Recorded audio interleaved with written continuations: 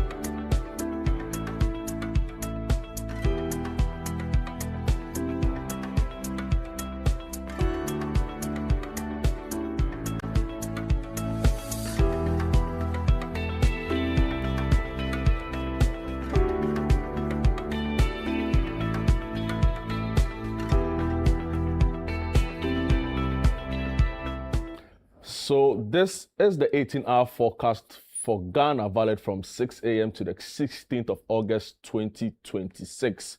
And it reads, the rainstorm mentioned earlier in the weather warning continues to move westward and is expected to affect parts of the northern sector this morning.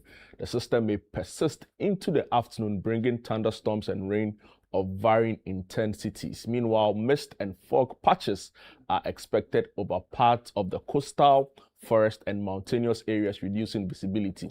Over the southern sector, mostly cloudy conditions are expected with brief intervals of sunshine. A few areas may experience slight rain or drizzle from the afternoon into the evening. It's important to note that relatively cool night and early morning temperatures are expected across the country. All right, so this is brought to you kind courtesy the Ghana Meteorological Agency, and you can find them on social media on X, formerly Twitter, with the handle at Ghana Met. On YouTube, it's the Ghana Meteorological Agency. On WhatsApp, it's the Ghana Meteo Agency WhatsApp channel, and on TikTok, it's Ghana_Met_official. So do well to give them a follow and get all the latest updates as far as weather conditions are. And again, you are welcome back to Breakfast Daily News Review right here on Channel 1 TV. My name is Jude Duncan. A lot has been happening lately here at Channel 1 TV and of course City FM, and I'm referring to all of our exciting products and programs we have for you right here. And yesterday we had the really exciting aptitude test. That concluded, and I'm referring to the literacy challenge. It took place at the British Council. What it means is that we are now also done with another stage of the competition, and very shortly the real test will begin. So we want to say a big congratulations to all who partook in this aptitude test, the students, their parents who took time and effort to bring the students into the British Council Hall for this really important exercise, and of course all of our team members here at Channel 1 TV and City FM who made this happen. So in the course of the week, the results will be out and the next stage of the competition will be announced. So keep your dial right here on Channel 1 TV and don't miss a thing as far as the Literacy Challenge 2026 is concerned. Remember, the bragging rights, 10,000 Ghana cedis, and lots of exciting products are up for grabs at this year's competition. So please do well to keep your dial here and keep tuned. Stay tuned for all the latest updates on the Literacy Challenge 2026. 2026. It's also important to remind you that the This is Ghana Fair and Exhibition is back and bigger and better. It's happening on the 29th and the 30th of August 2026 at the Ifwa Sutherland Children's Park from 10 a.m. to 5 p.m. each day. So it's an exhibition for local SME startups, homegrown businesses, innovation, and indigenous corporate bodies. So whether you're in the food business, whether you're in agriculture, whether you're into supply chain, whether you're into services, whatever you do that is organically and homegrown and 100% Ghanaian, this is the fair for you. Come exhibit, come showcase all that you have in store, and I'm sure you have an opportunity to showcase your products to, a larger audience really, and hopefully from then you can just take off like that and become the global brand that we are hoping to project. So please do want to be a part of this exciting fair. It's happening again on the 29th and the 30th of August 2026. I want to use this opportunity to say a big thank you to our sponsors, MTN, everywhere you go, and EcoBank, the Pan-African Bank. If you need any further details or you want to make enquiries, you can do so by the WhatsApp or registration call line on 0205 973 973. Alternatively, you can also call 0558 973 973. So guys, the fair, the This is Ghana Fair and Exhibition is back. It's bigger, it's better, and it's definitely more exciting. Moving on, would also want to remind you that the Channel One News app is up on our Google Play Store. What it means is that we've perfectly curated all of our exciting content and programs and events for you in a simplified place. So if you miss any beat, you can go back on your app. You get all of the latest news headlines, our videos on our YouTube channel. Everything is perfectly placed well for you in the app, so you don't get to miss a thing. So please do go on your Google Play Store, download the app, and with a simple click on the install button, you're good to go, right? So the Channel One app is live on the Google Play Store. Tell a friend about it, to tell a friend, to tell another friend that we are back and we are excited about this, so that you don't get to miss anything as far as your news, your programs, and your events are all concerned. So please do want to download the app and tell a friend about it. So having reminded you of these, it's now time for us to delve into the big headline stories as reported by quite a number of the newspapers this morning on Monday, the 17th of August, 2026. I'll start off with the Daily Guide newspaper. They call themselves Ghana's favorite newspaper, and the big headline story: NPP elects new regional bosses. Bawumia calls for unity. Before the start of the conversation, I'll read excerpts of the NPP flag bearers' address to the newly elected executives, but it comes with a photograph of Mohammed Bantima Adam, Bernardo Koboy, Odenho Kweku Apia, popularly referred to as Koka, who's the newly elected Ashanti Regional Chairman of the NPP. There's also Kwame Bafo, aka Abronya DC, and also Ignatius Kwesi Efrifa. Moving on to some other stories on the front page of the Daily Guide newspaper. Samia Uku denies Yoko arrest, story on page 6. Also here, accusations against Adamus false. That's from Franklin Kujo, story on page 6 of the Daily Guide newspaper. And to some rather tragic story, British Ghanaian Cambridge professor found dead. Story on page 6 of the Daily Guide newspaper. We'll move on to the News Center. The News Center newspaper, big front page story: NPP's regional chairs pledge hard work and unity. Story on page 8 and 9 on the News Center newspaper. Also here, agricultural growth slows to 3.6% in May 2026. Governments to invest $10 billion into agro processing. That's from His Excellency John Dramani Mahama. National Home Ownership Fund proposes housing levy, story on page 2. And also here, Professor Amevunku elected 15th EP Church moderator. And on the back page of the news center, economy grows 5.1% in May. Moving on to the Chronicle newspaper, they call themselves the Spear of the Nation. And they have the big front page story, Tarkwa Mine lease, Goldfields meets key renewal terms. And that's from the Chamber of Mines, Mr. Ken Ashibe speaking there. Also here, MPP regional elections, Koka Okoboy emerge winners. Moving on to the Ghanaian Times newspaper, and they also say they are the most authoritative newspaper. Cutting waste, key to economic recovery. That's from our President, His Excellency John Dramani Mahama. Also here, serve with integrity and hard work, Vice President tells civil servants. Poor oral health linked to diabetes and hypertension. That's coming in from a medical practitioner, Dr. Emmanuel Ban Abeka. The Herald newspaper is reporting that MPP rehabilitates Cecilia Dapa after 2023 political isolation and names her as National Vetting Committee Chair. Also moving on, Kwabena Donkor, Amadou Sorogo and Katie Hammond named in Turkey trip over $1 million ASCA bribery scandal. And there's a story we'll be delving in pretty shortly as part of the news review segment right here on Breakfast Daily. So you don't want to miss out on a big story, lots of talking points, and we'll be delving into it later on the show. We'll move on to some other stories reported by the Herald newspaper. Parliamentary Committee comments GIPES investment drives and backs key reforms. And also here, MPP regional elections send mixed signal ahead of 2028.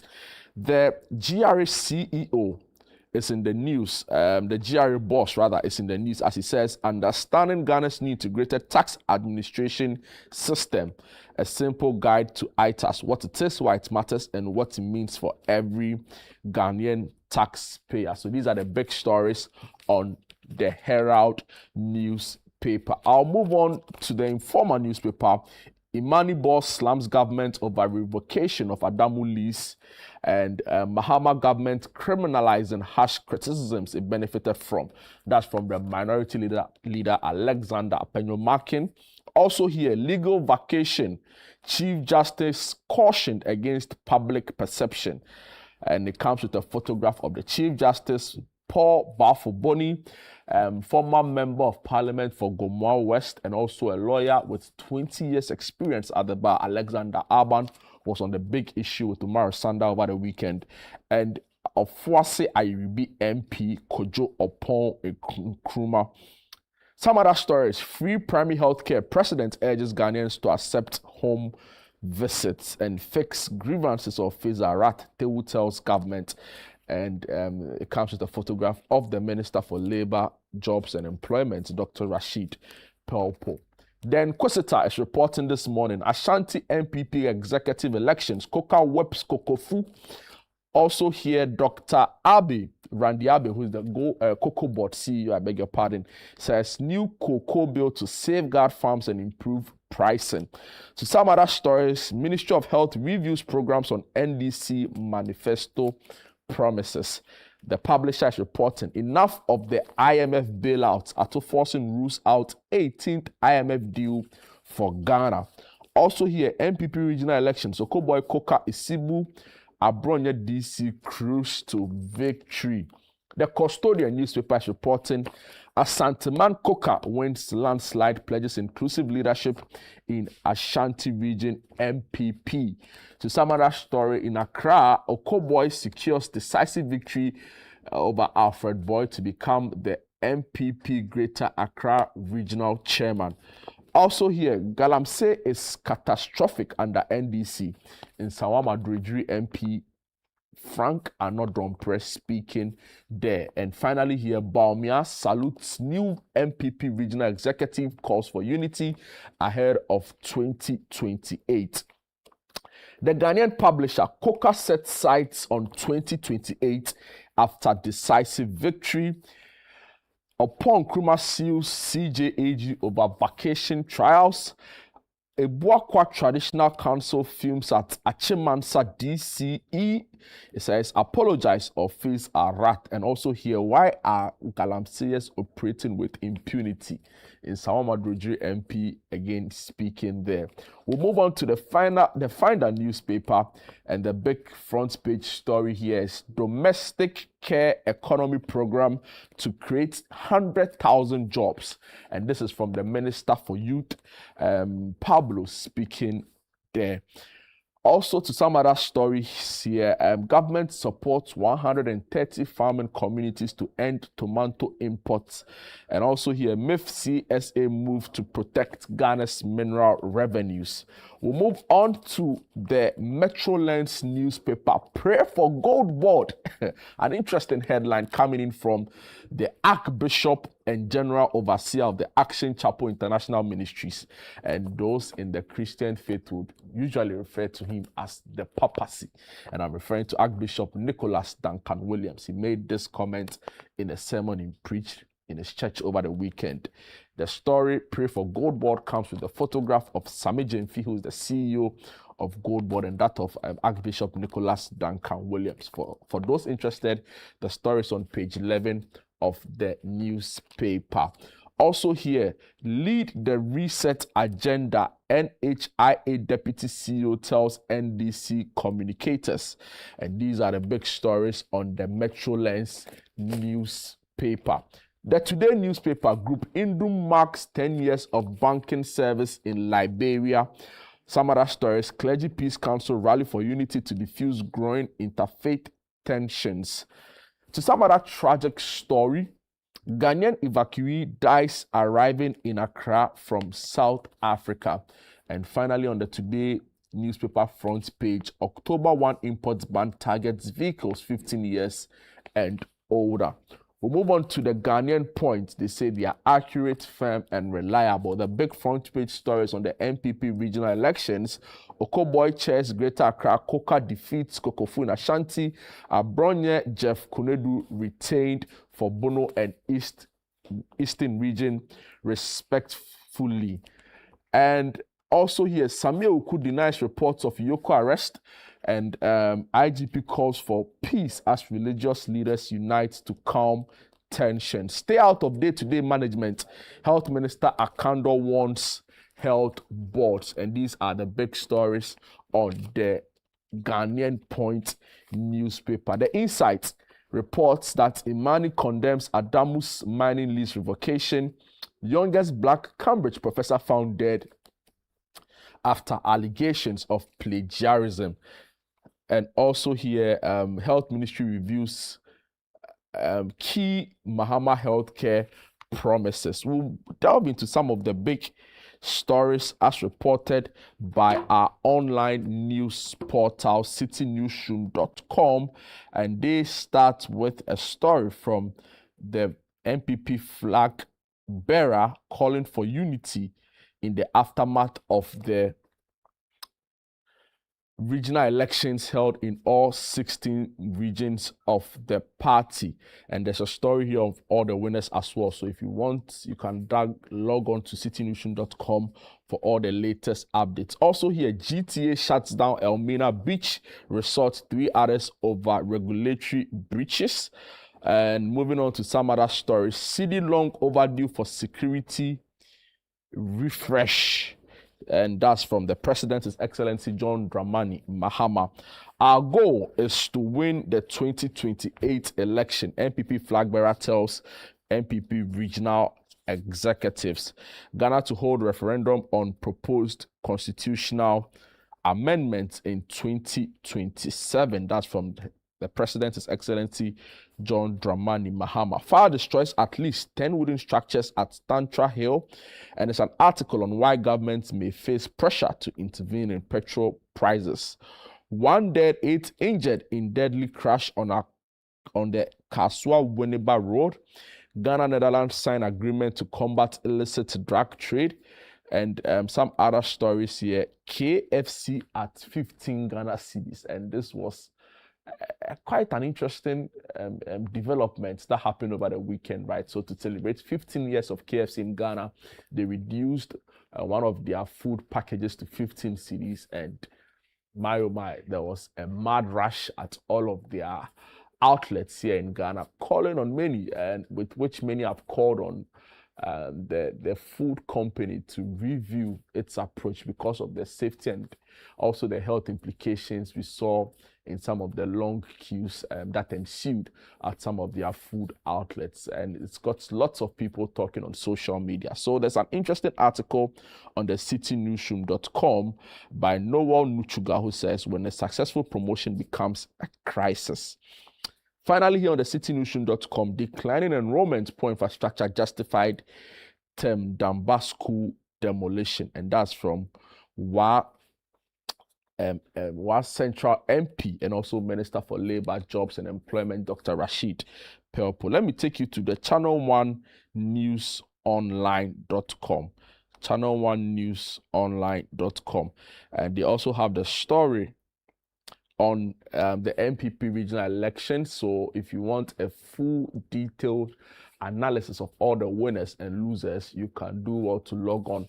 Big story also here, 10 lessons the Channel One TV Zonda Tech Expo taught us about Ghana's auto market. I'll be reading the story pretty shortly, so please stay tuned. Duncan Williams is in the news. It says, powerful forces resisting gold board work. The Greater Accra restoration begins Okoboy after NPP chairmanship victory. VIP bus catches fire at Ebuakwa, no casualty reported. Also here, rain thunderstorms to hit parts of the north today. That's from the Ghana Meteorological Agency, like I read to you earlier. AXA deal exposes wider flaws in Ghana's procurement system. That's from Duncan Amwa. He's the executive director of COPEC. And literacy challenge, top 100 contestants face aptitude test today. And NPP regional polls results, stay united. That's from NITIWO. Let me just read excerpts of the 10 lessons the Channel One TV Zonda Tech Expo taught us, and this story by Emmanuel Oponso.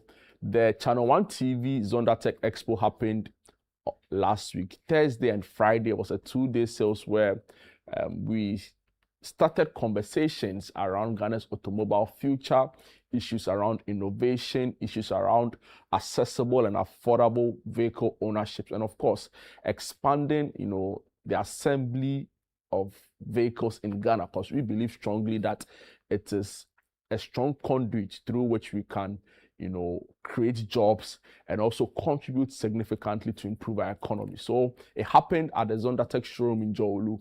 2 days, patrons from everywhere converged. Over 15 banks were there helping people with financing for vehicles, and it was truly remarkable. We had a keynote address from the Zonda Tech CEO, Madam Yang. We also had an address, or let me say, the key highlight speech by Professor Ebo Henson, who is a globally renowned marketer. Samuel Atamensa, the CEO and also the managing director of Channel One TV and City FM, gave the welcome address where he spoke about the need to support local enterprises. So if you missed any of this, you can go on our YouTube. All of the videos are there. But most importantly, if you are enthused about the idea of affordable and accessible vehicle ownership, you can always make your way to the Zonda Tech showroom at Dzorwulu and get for yourself an affordable but luxurious vehicle. Not only their showroom in Dzorwulu, but all of the ones scattered all across the country, 11 service stations in total. And the article is on Channel One TV as well. All the key lessons, the major highlights, captured beautifully in a piece by my colleague in the Channel One newsroom, Emmanuel Opon, so you can get to read for yourself all of the exciting things that happened. And so that'll be all for our headlines this morning, and we'll be back pretty shortly to delve into the big stories, the conversations for today, the NPP regional elections. What does it mean for the NPP going into elections 2028? We've heard from the flag bearer We'll be reading excerpts of his statement as well, his call for unity and hard work. We'll also delve into the issue of the 24-hour markets and the resistance it's facing from communities all over the country. Is it an afterthought? Was it properly thought through? What's the plan for the 24-hour economy proposal itself? And of course, later on the show, we'll look at the AXA bribery scandal in the height of a very devastating energy crisis. Some people sought to benefit from it, or so we are reading. The Holy Rain scandal, as it's also known. All of that and more right here on Breakfast Daily News Review. Myself, Jude Duncan. You don't want to miss out on it. We'll be back after this break.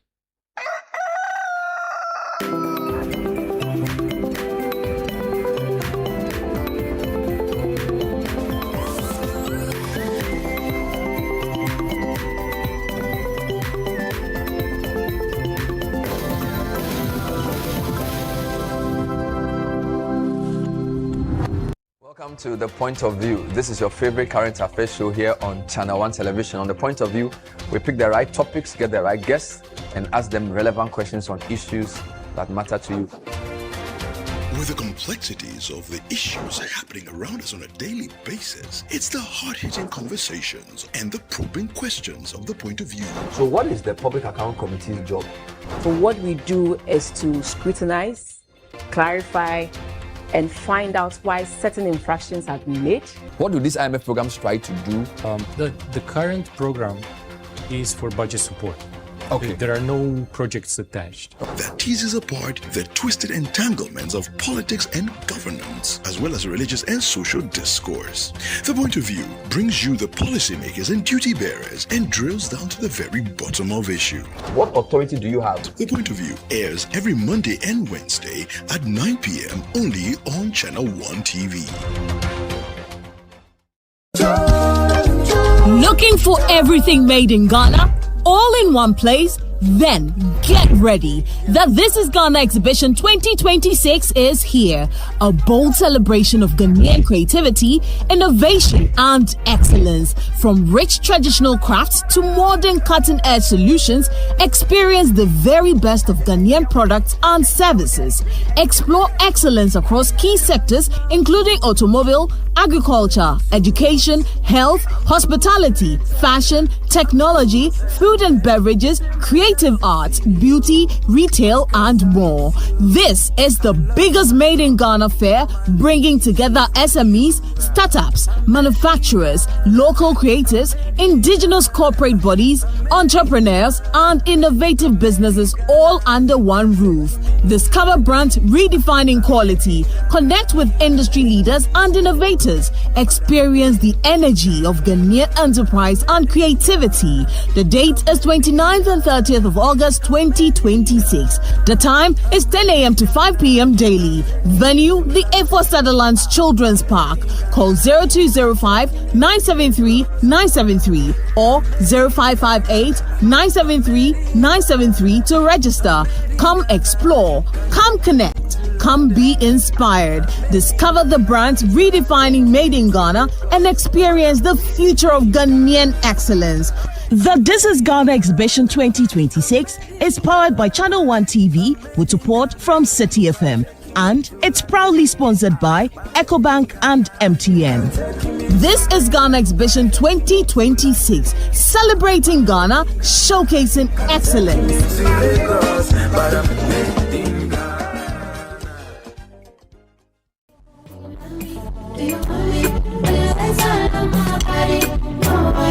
Go crazy, go crazy, go baby, sweet. Do you want me? Yeah, inside of my body, sweet. Go crazy, sweet. Go crazy. These beautiful girlies who I'm going to have a conversation with, very privileged, I must say, to be able to do so. My name is Kelly Ann. My name is Bison Amanfo. I'm Jada.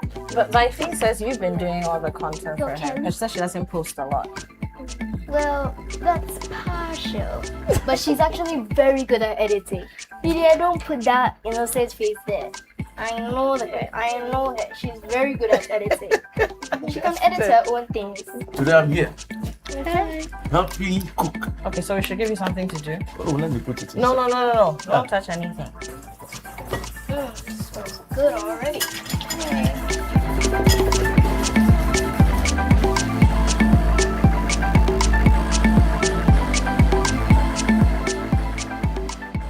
It's when I'm in school. I'm a celebrity. So when I'm in school, people will be asking me, "Can I join the best? I want your number. Can we be friends?" And sometimes it's really annoying. Yeah, sometimes.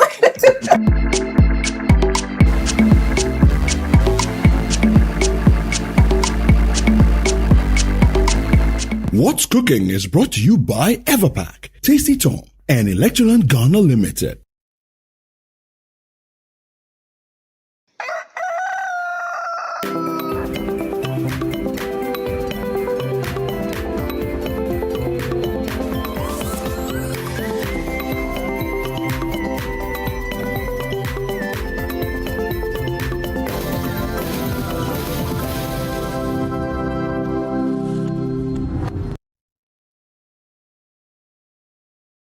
Yeah, welcome back. This is the news review right here on Channel One TV. My name is Jude Duncan. It's now time to delve into the big headline story, which has been reported by many of the newspapers we have before us. But before I do that, I'll introduce my panel who are regulars on the show. And I'll start off with Elvis Darko. He's the editor of the News Center newspaper and also News Center online portal. We read to you their headline this morning. They led with the MPP election story, regional story. We'll be having his thoughts on all of the matters on the show. Elvis, good morning and welcome. Morning. How you doing? God day with you. you know, there's a video of you trending on TikTok. No, Charlie, the people say you were destroying the jandam. Oh, Nazo? Yeah, serious matter. Oh, I didn't see it. Yeah, you were talking about the Sedinam Tamaklo case. Oh, okay. Yeah. You're welcome on the show. Thank you. Amazing. Also joining us in studio is Ibrahim Eje. He's the resident country director for the International Investment LLC and also a member of the MPP in good standing. Ibrahim, you're welcome on the show. Thank you so much. And I love the part that you mentioned. Assalamu alaikum, first of all, to you and our viewers on Channel One as well. In good standing, as are all MPP members. Because over the weekend, we stood up, every single member, across all the 16 regions. And I know that's the next topic that we're going to discuss about. Yeah. But I was so proud of everybody. The way we conducted ourselves. I won't take too much of it because we're not going to discuss it. But when you said in good standing, that represents every single person within the MPP. We can't wait for 2028. Absolutely. Sounds exciting. Also joining us in studio is Abdullah Sakra Al-Hassan. He's a member of the NDC, also in good standing. Are you in good standing? Oh, very good standing. Because we heard that some members are not happy. Oh, who are? We are all happy. All of the, because we heard some grassroots people were complaining about, they say when they call some of you in leadership, you don't even pick your calls and things. Oh, I've not heard about that, but we've tried as much as possible to make sure that we have a system that take good care of the grassroots. The grassroots. Yes, though we can do more. There's more room for improvement, which we can do, which I understand. So as it stands now, the NDC grassroots, they are solid, happy. Very happy. Unlike our neighbors Interesting. who are not happy, who have sent a strong message to the leadership, and we will come to talk about that. But as for us, we are so happy, especially the direction that the president is moving the nation. We are so happy, and we know there's glory and victory at the end of the tunnel. But the truth, and the only thing, the only thing that we all want is that let's take the opportunity, to all of us, to pray for Gold Board. Because we have seen what is happening. The attack, the intention of making sure that Gold Board lose or Gold Board collapse. And trust me, anything that is benefiting us as Ghanaians, our story would never be said without the success of Gold Board. So we use this opportunity to also say a very big prayer to the head of Gold Board. Sammy Gyamfi. Excellent. That so shows you support Archbishop Duncan Williams' call. Exactly. That we should pray for that. Look, he gives, with the youth, he gives us that courage, like that future that, yes, as for this young person, heading one big institution like Gold Board and what he has done so far with the story of Gold Board from PPMMC to Gold Board and what he has done shows that yes, every single youth out there who will be given opportunity can do and do better. And that will not, I will also use this opportunity to also say a very big prayer to Thor. That's Edmond Combat. Solid. So if you see two youth doing this amazing work, that shows that all our leaders should focus on the youth as well, because we have the future of the nation. Amazing. So you heard there in his opening remark, thanking God for Gold Board, Sakra Al Hassan, who's a member of the NDC communication team. Now, I'll read excerpts of the NPP flag bearer, Dr. Mahmoud Bawumia's press release in the aftermath of the NPP regional elections, calling for unity and hard work as the party gears for the 2028 election. Now, excerpt reads, the presidential candidate of the New Patriotic Party, Dr. Mahmoud Bawumia, congratulates all newly elected regional executives following the successful elections across the country. The peaceful conduct of the elections reaffirms the NPP's commitment to eternal democracy and respect for the will of its members. Dr. Bawumia is confident that the newly elected executives will provide the leadership required to strengthen the party and position it for victory in the 2028 presidential elections. He also commends all candidates for offering themselves for service and urges successful candidates to rally behind the newly elected executives. The regional contest is over, but the greater task is unity and renewed energy to secure victory in the 2028 election. And it's signed by His Excellency Dr. Mahmoud Bawumia. So these are the words from the NPP flag bearer for the 2028 election. I'll bring you a full list of the winners shortly, but I'll come in studio and begin the conversations. We know Okoboy won in a heated contest with Alfred Boy, who himself has been standing for this position for quite some time. But the biggest talking point was from the Ashanti region, where Kokofu, who is a regular on the show, was up against Chairman Odinoho Kwekwa, popularly referred to as Koka. And Koka also emerged victorious by what you can pretty much describe as a landslide. Elvis, you led with this story on the news center of all the issues happening. Tell us your opening remarks in relation to the NPP's regional elections. Oh, for me, I think that the most important thing is that it went peaceful. Normally, we do have internal elections and there's a lot of struggle and you see some violence in police station. But this time around, you see that everything was just focused on getting the votes done, counting, declaring winners. And for me, I think it's the most important thing that we should look out for. As for internal elections, whether the party likes it or not, it's a part of their reorganization every 4 years. It's just like the way we have elections every 4 years. The parties are also, by their own constitution, mandated to have elections every 4 years to elect people who will lead them. And therefore, it's just, for me, I just think a normal exercise that they are just undertaking to prepare for 2028 elections. Just as their opponent NDC is also preparing to also their internal elections. For me, I don't really see anything surprising in this election. The truth is that the party suffered a humiliating defeat in an election. And when you suffer such a humiliating defeat, there's always room for people to try and blame A or B for the defeat. It's a normal thing that happens. And if after the blame game you decide to say, look, you are in opposition, you have no choice than to reorganize and see whether you can recapture power. And therefore, whatever you need to do internally, you want to do it and do it well, so that the people you elect will definitely be the ones that you believe strongly as a party that can do the work that will lead you to your next elections. In every party, you always hear of this person belongs to this person belonging to that. It is a normal thing. But I think this particular contest, one thing the flag bearer for NPP need to be commended for is that he's made it openly clear to everybody that he is not backing any candidate.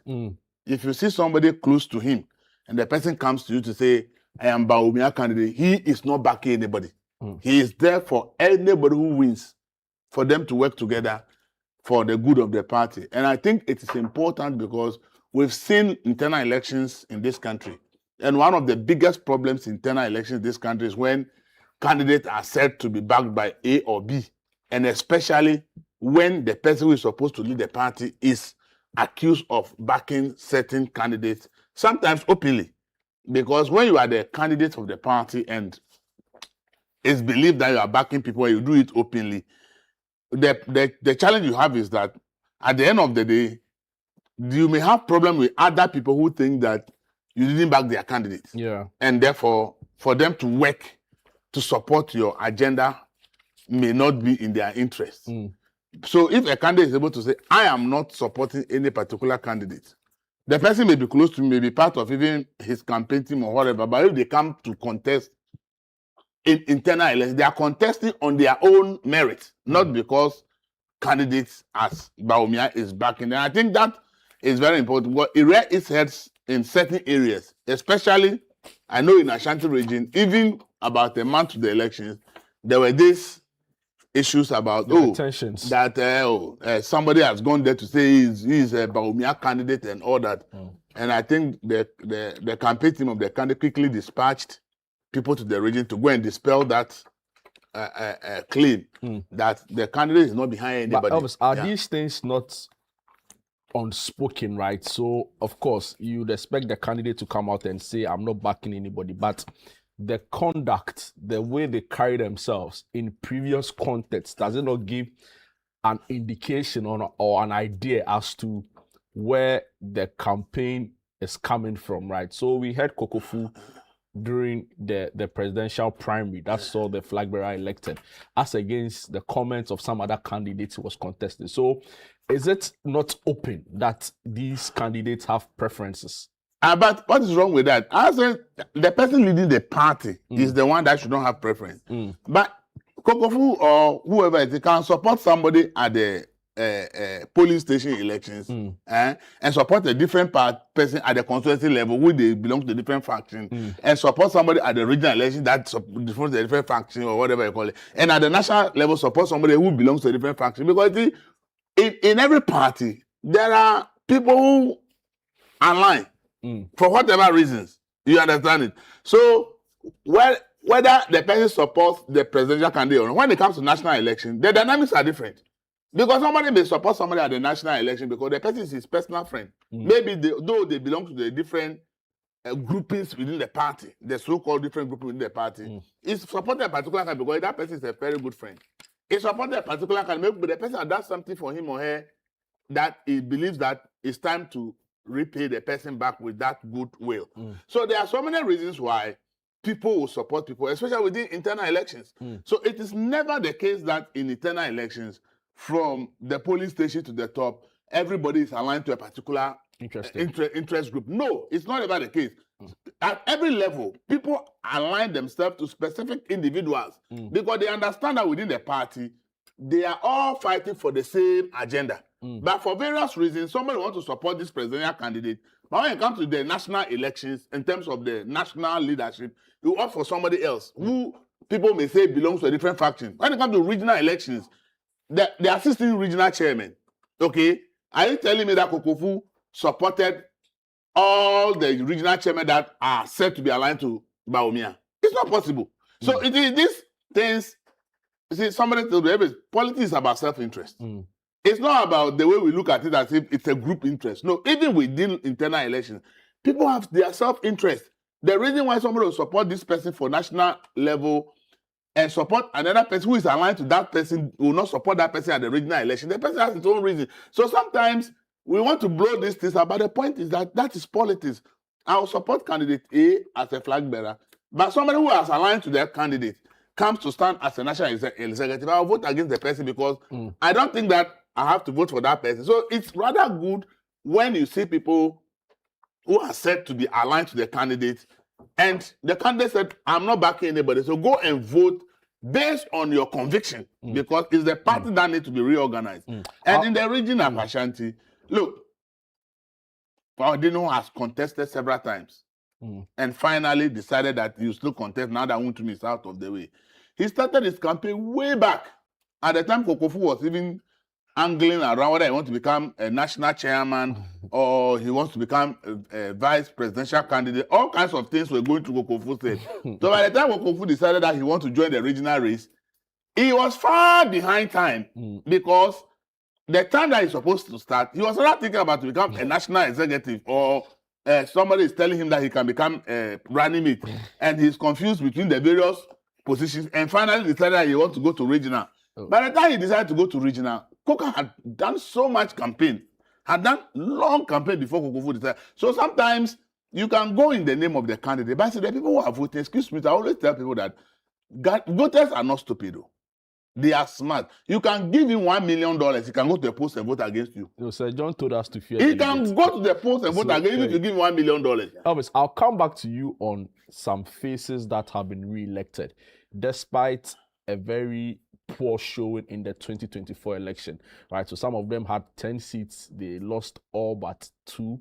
But yet still, we've seen that the party has re-elected them. Jeff Konedu of the Eastern Region was re-elected. Bono Regional Chairman Kwame Bafo, despite all of the issues surrounding him, was also re-elected. And whether it gives a good indication of the party's readiness for 2028. I'll come back to you on that. Okay, I'll come back to you on that. So just put your thoughts together for me on that. But let me come to Ibrahim. Were you on the grounds? Did you? I was, yeah. You Tema. followed. You were in Tema. Yeah. And so we followed the Alfred Boy and Oko Boy case. Yeah. There are some concerns in certain quarters that it looks as though we are still seeing the factions of a Baumia faction, Kennedy faction, those ugly scenes kind of showed its head again during the elections. Do you get a sense that same played out? Emphatically, no. And firstly, let me congratulate Honorable Dr. Okoboy for an emphatic victory. And also congratulations, I say congratulations to Alfred Boy for a campaign that both of them conducted. I mean, I think they've done Greater Accra and of course, Lejo Kuku, my town. Yeah. Very, very proud. And so congratulations to Honorable Dr. Bernard Okoboy. I believe he will bring a strong energy and focus. He has that national visibility. He has government experience as a former minister. He's well versed within Greater Accra politics. And so I think a combination of these things, together with the team around him, I'm talking the regional executives, will, God willing, inshallah, create a strong opportunity for MPP to regain a stronghold within Greater Accra. So I want to express my appreciation to all who won, especially Dr. Okoboy. And of course, all the other executives as well. I'm talking from Chairman Koka as well, Chairman Samba, Northern Region, everybody. Now to your question, as to whether or not you had Kennedy and Baumia factions. I was on the ground. And I'm hoping, I will say this, Jude, you know, in politics, you can't do it in a vacuum. You can't distort the reality. And so I invite our viewers to phone in to respond to what I'm about to say. Those factions have dissipated. Yeah, sure. I'm sure. You can't say you've eradicated. I mean, I'm sure there are people right now within NDC, you know, who are, you know, actively jostling for General Mosquito to come to power as their flag bearer, you know. But you can't say because of that, then the NDC is factionalized. It's a competition, it's competitive. And that is why I think the wisdom in having the top-down approach, I'm talking the ticket, everybody now who was against that approach can now see the wisdom in it. Because can you imagine what happens normally, or what has happened in the past, Jude, is that we take our factions at the constituency elections, then the regional elections, and then the national elections. You voted for so-and-so, you didn't vote for me, you voted for another person, you didn't vote for my candidate, and then it plays out at the presidential. And when it plays out at the presidential, now you have 6 months to try and repair, you know, differences. Our primaries were on January 31st of this year. And definitely to the victor goes the spoils. But what Dr. Mahamudu Bawumia, our president in waiting, inshallah, has done, and not just him, I think the whole party machinery, we have sought inclusivity. Politics is a beautiful thing. It is competitive in nature. But once the election is over, the campaign stops. And we've noticed that since February of this year, yes, you'll have little, let's say, incidences where people voice out different voices. It's normal. When you lose in politics, depending on how mature you are, it can take time to, let's say, come back in the fold. But across the length and breadth, and how can I confirm what I'm saying? Look at the headlines. If the factions were there, as per your question, and I'm not denying, your right to query, but as I say, I was on the ground, and you would have heard, the talking, the positioning, and that was not there at all. People voted on the merit of the candidates and not where they were aligned beforehand. And I think that is such a fantastic thing for the NPP, because now it gives all those regional chairmen 2 years. We have a solid 2 years to make sure that, again, at the polling station level, you can reorganize. You look at the data. How much was turnout? What were the figures in 2020 compared to 2024? Who are the compelling parliamentary candidates? You can create that conversation now so that we further build bridges, create a unison. We speak with one voice. And I can tell you, without any shadow of doubt, the NPP now, we are so resolved to really make sure that we capture victory for Ghana, not necessarily for the party. And we'll go into, the economy and what is happening maybe later on when we touch upon 24-hour economy. But even the NDC can identify the failures of John Dramani, the president's policies thus far. Electricity up 30%.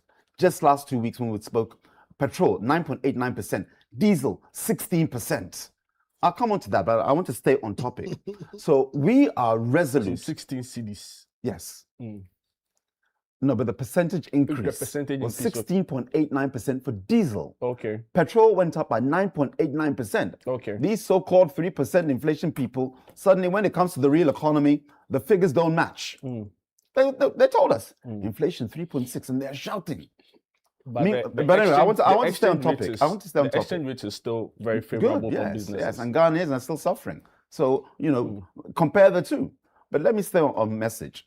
I roped that part of my discussion in because sometimes the situation of the country can help motivate a party to be focused in its agenda. As much as we do our politics, we are family. I have family who are NDC. I'm sure Abdullah's family who are NPP. It is normal. So when you are suffering, sometimes you don't look at the politics. You look at the personalities behind the suffering. I'm talking NDC. And so that is a motivator for us to make sure that our message is on point and focused on the people. Because the 2 years that we have now, again, which is why I want to applaud and celebrate those personalities, rank and file, who said, let's do the presidential first, get that out of the way. And as Dr. Mahamudu Bawumia has done, exemplary, there's been no favoritism. If you want to campaign, and when you check WhatsApp messages and then Dr. Mahamudu Bawumia's own Facebook posts and X posts regarding internal elections, campaign on your own merits. Sell yourself on what you could do either at the constituency level or either again at the regional level that we're doing now. And then on October 5th, we come to the national elections. If you want to lead the party in a position of authority, tell the constituents, the delegates, the executives, what you can do, not where you were aligned. And as I said, when we met at Tema, the WIAC Hall, the conversations that we were all having was on why candidate A, B, or C deserved the vote. And there was no talk of which candidate they supported, which is why I said at the beginning, this is what I and many people observed. And those who want to say otherwise, this is a democracy. Phone in and tell Jude, this is what we saw, and I will tell you. Ibrahim, let me ask you a question. Please do. Simply because of the point you raised about the credit you are giving those who decided on the approach of selecting the flag bearer first before every other position. There's also a school of thought that believes strongly that with political elections, right, usually you answer a certain question. So with each elections, electorates are answering a particular question on whether it's the economy, whether it's national security, whether it's education, whether it's healthcare. And usually you would want to assemble the base before you get to the top. So then you are able to choose that leader that best represents the answers you want to answer as far as the big question for the election is. I don't know if you get my premise. I get your point. So again, there are others who believe strongly that electing a flag bearer first before coming to other positions, national and even regional, may not augur well, because we don't know the question we'll be answering in 2028. Because if the economy performs very well and we have, touch wood, a security crisis, we may then need somebody with a security experience to take us through this. So I don't know if you get those concerns and what your response to that would be. I understand your point perfectly, Jude. It's a valid point to make. But here is the fact that Ghanaians, and by Ghanaians, I'm not just saying MPP, Ghanaians are discerning. The people or personalities that presented themselves for the presidential primaries, Alhaji Dr. Mahamudu Bawumia, our flag bearer, incoming president, inshallah, Dr. Brian Achampon, Kennedy Ajapong, Engineer Kwabena Ajapong, and Dr. Adujum, are people that for more than a decade, Ghanaians know them. Of course, someone will say, what about Dr. Aduchum? At least for the last 8 years, 9 years, they know him when he came from America at the Ministry of Education. First deputy, and then he became the substantive Minister for Education. So given what you said, that questions need to be answered, and maybe near the election, we need to know who best fits to answer those questions. These leaders are not novices politically. They are known. Their capacity is known, especially Alhaji Dr. Mahamudu Bawumia. And in any election across the globe, Jude, the anchors that you mentioned, economy, security, education, generally all pivots to the economy. It was President Clinton who said it's the economy, stupid. No matter what you discuss, the key issue is the economy. Is the economy. How the people are faring. Yeah, how you get that right. Because the economy will determine whether your security can even function, and so on and so forth. And so that question, and you're right to answer it, what are the questions that will be asked of in 2027 and 2028? The question remains the same. How can we have a party, a leader, a government that addresses our economic needs in Ghana? And so the delegates have that foresight to elect somebody who is well placed to actually manage that space. And Dr. Mahamudu Bawumia comes with a wealth of, let's say, composite skills and experiences. Interesting. To be able to charter that. I was asking you about the MPP regional elections, and you've dovetailed into Bawumia candidacy, but that's fine. But yes, it's all part of the conversation. Sure, but let me bring in Abdullah Sakra. He's been writing a lot. I don't know what, because this conversation, you are not part of it, or you have something to say. I thought you say we should just finish the MPP and you come in, or you want to talk about the MPP in the elections? I need to talk about it because at least the last 8 years, they affected our life poorly. They made us suffer, and they show it's very, very huge. So sometimes, although I'm in NDC and I don't even have any problem with MPP or talk about their internal election, but it's democracy. And in politics, whatever happened there, in local dialect, they say, exactly. So because of that, we also have a stay. And for me, I'm very happy.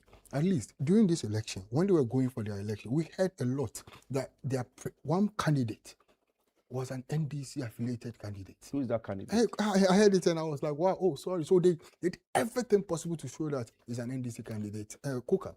And when I realized that in their own stronghold, in their own house, the said NDC candidate has won. I was but like, the regional minister was rather campaigning for somebody else. I didn't hear the regional minister mention. That's something I relaxed. In all of this. You see, that's why I was finding difficult to understand my senior brother when he was trying to so hard to just shift the goalposts. And we all know the truth. Look, the official media house of Dr. Bawumia campaign is Wontumi TV and Wontumi Radio.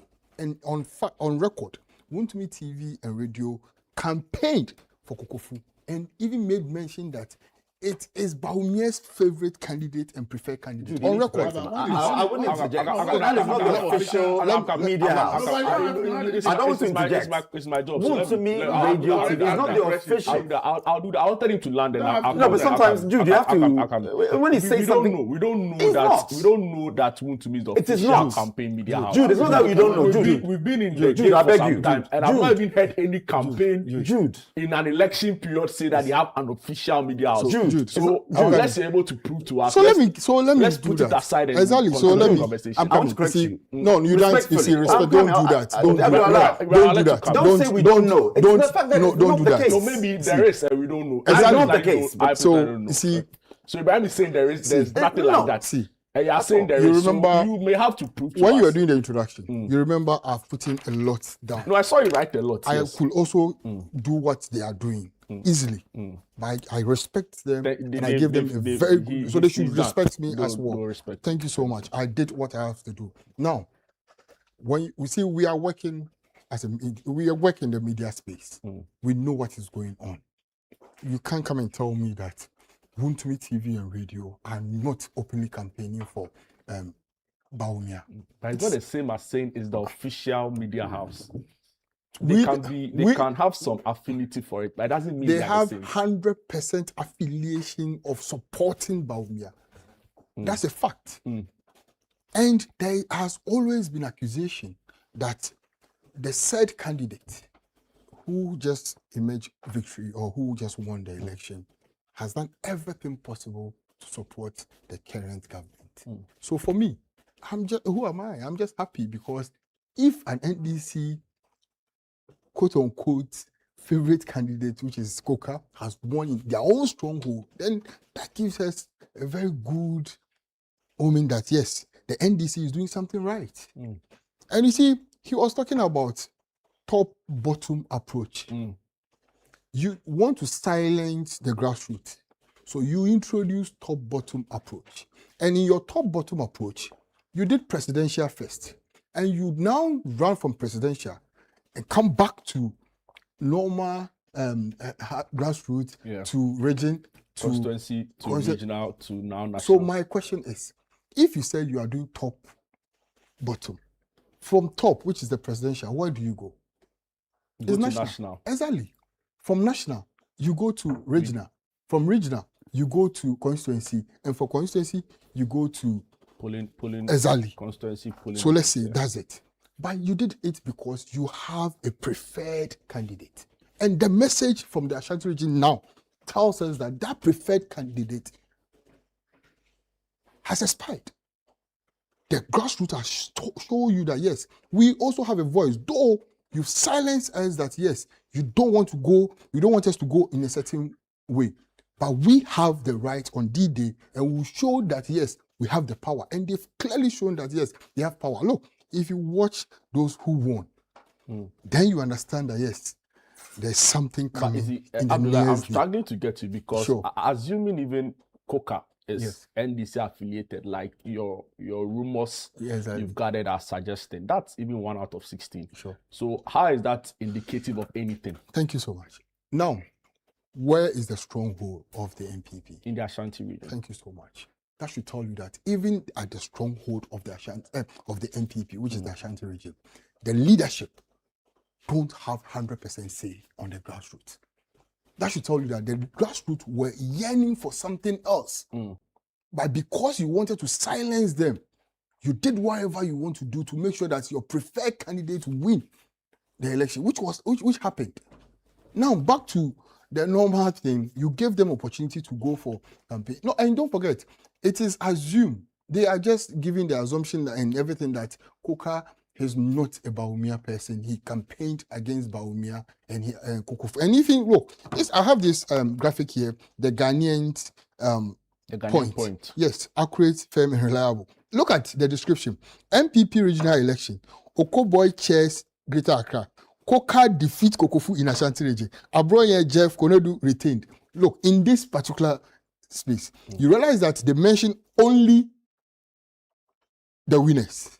But in a place, they even bought one loser there. But it is again, it is media. You see, we are doing politics. And the style. No, I'm coming. Maybe Elvis, you can. What I mean is that we are doing politics. We are not doing church service.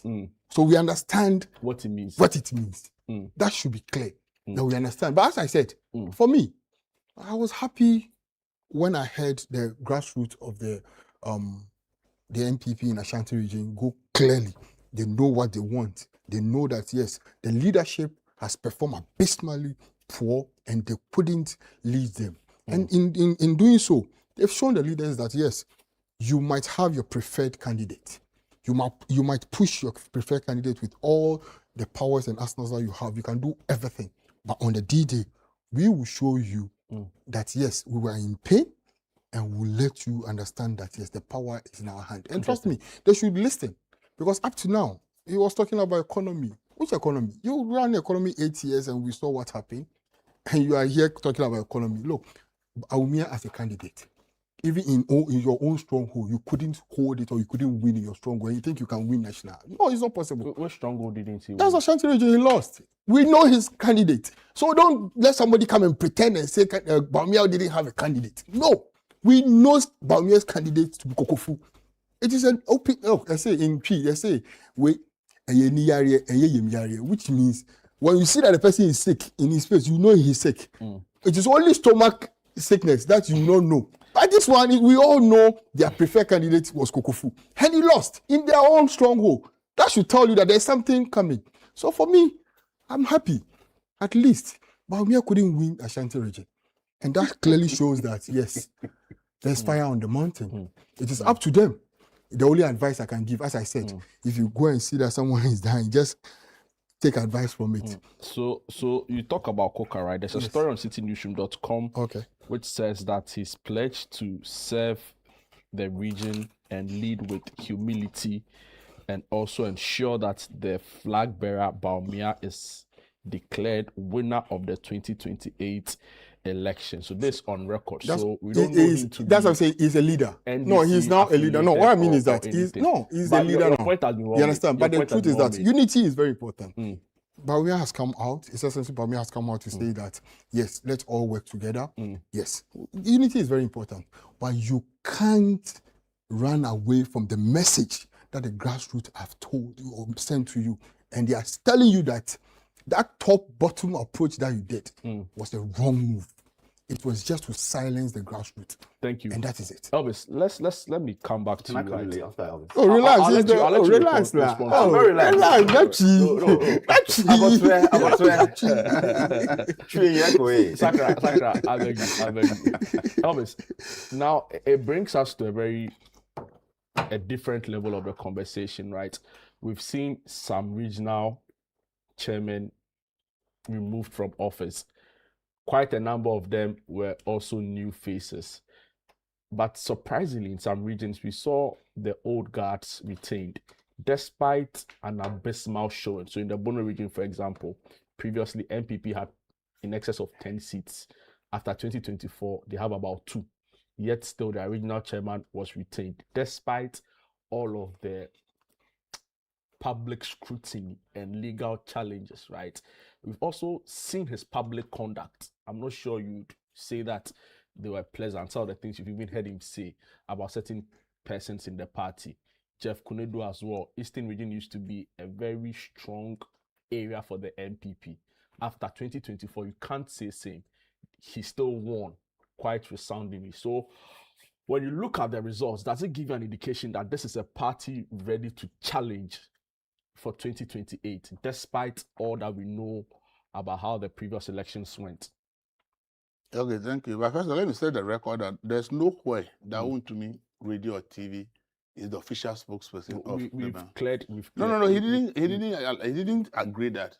We know media houses that are politically, ideologically inclined in Ghana. Everywhere it is there, that this media house is inclined to this political. It is normal, it's there. But it does not make the media house the official mouthpiece of any candidate of the institution. They are ideologically inclined to a particular ideology. That's what they are. So let's not be attributing things that do not exist. The figment of your imagination doesn't make reality. He has admitted. Doesn't make it reality. That is number one. So let's. I like the way you quoted the English very well. So and number two, English very well. For opposition, I don't expect him to say anything. Whatever he says, just NDC being NDC. It's normal. There's no way NPP person will come and sit down and not say this when NDC finish their internal elections. It's a normal thing they will all say. But he should ask himself, if he says that Bawumia has lost Ashanti region, in the presidential primary, who won Ashanti region? Bawumia. In the presidential primaries, he should go and look at the figures of the presidential primaries and by what percentage Bawumia has won with. 19,700. That will tell him that maybe the way he's looking at it, it has been political. This is how, see, politicians will look at it for partisan politics until they lose. Then they come and say, if I known. You don't come and say, the person stood on ticket that I want to be the flag bearer. And he won in the region you are claiming he has lost. So what is the basis of you to say that he has lost? He won 45 out of the 47 constituencies. So how is it that he's lost the region? This is the candidate, he won 45 out of 47 constituencies in the region. And you sit here and say that he's lost election after a regional election. You see, so politicians should always look at the facts, be guided by the data, be guided by the science. It helps you to make a better decision than for you to be more always political. Because when you are political, you lose sight of the fact, the data, and the science. And by the time you see you are in opposition, you're like, I should have looked at it this way. The politicians, most of the time we always feel that I have to say something for my party people to be happy. That's why the parties always go to opposition. Look at the reality and always guide yourself. It measures expectations. It gives you what you should really rather be doing to tackle your opponent. But when you always realize, I just have to say something political for my people to clap for me, the reality will elude you. And So you are pay you are in attention trouble. to the data and the science. It's very important. Because bottom line is, in 2020, when the vote is counted, what is going to be used? The data and the science.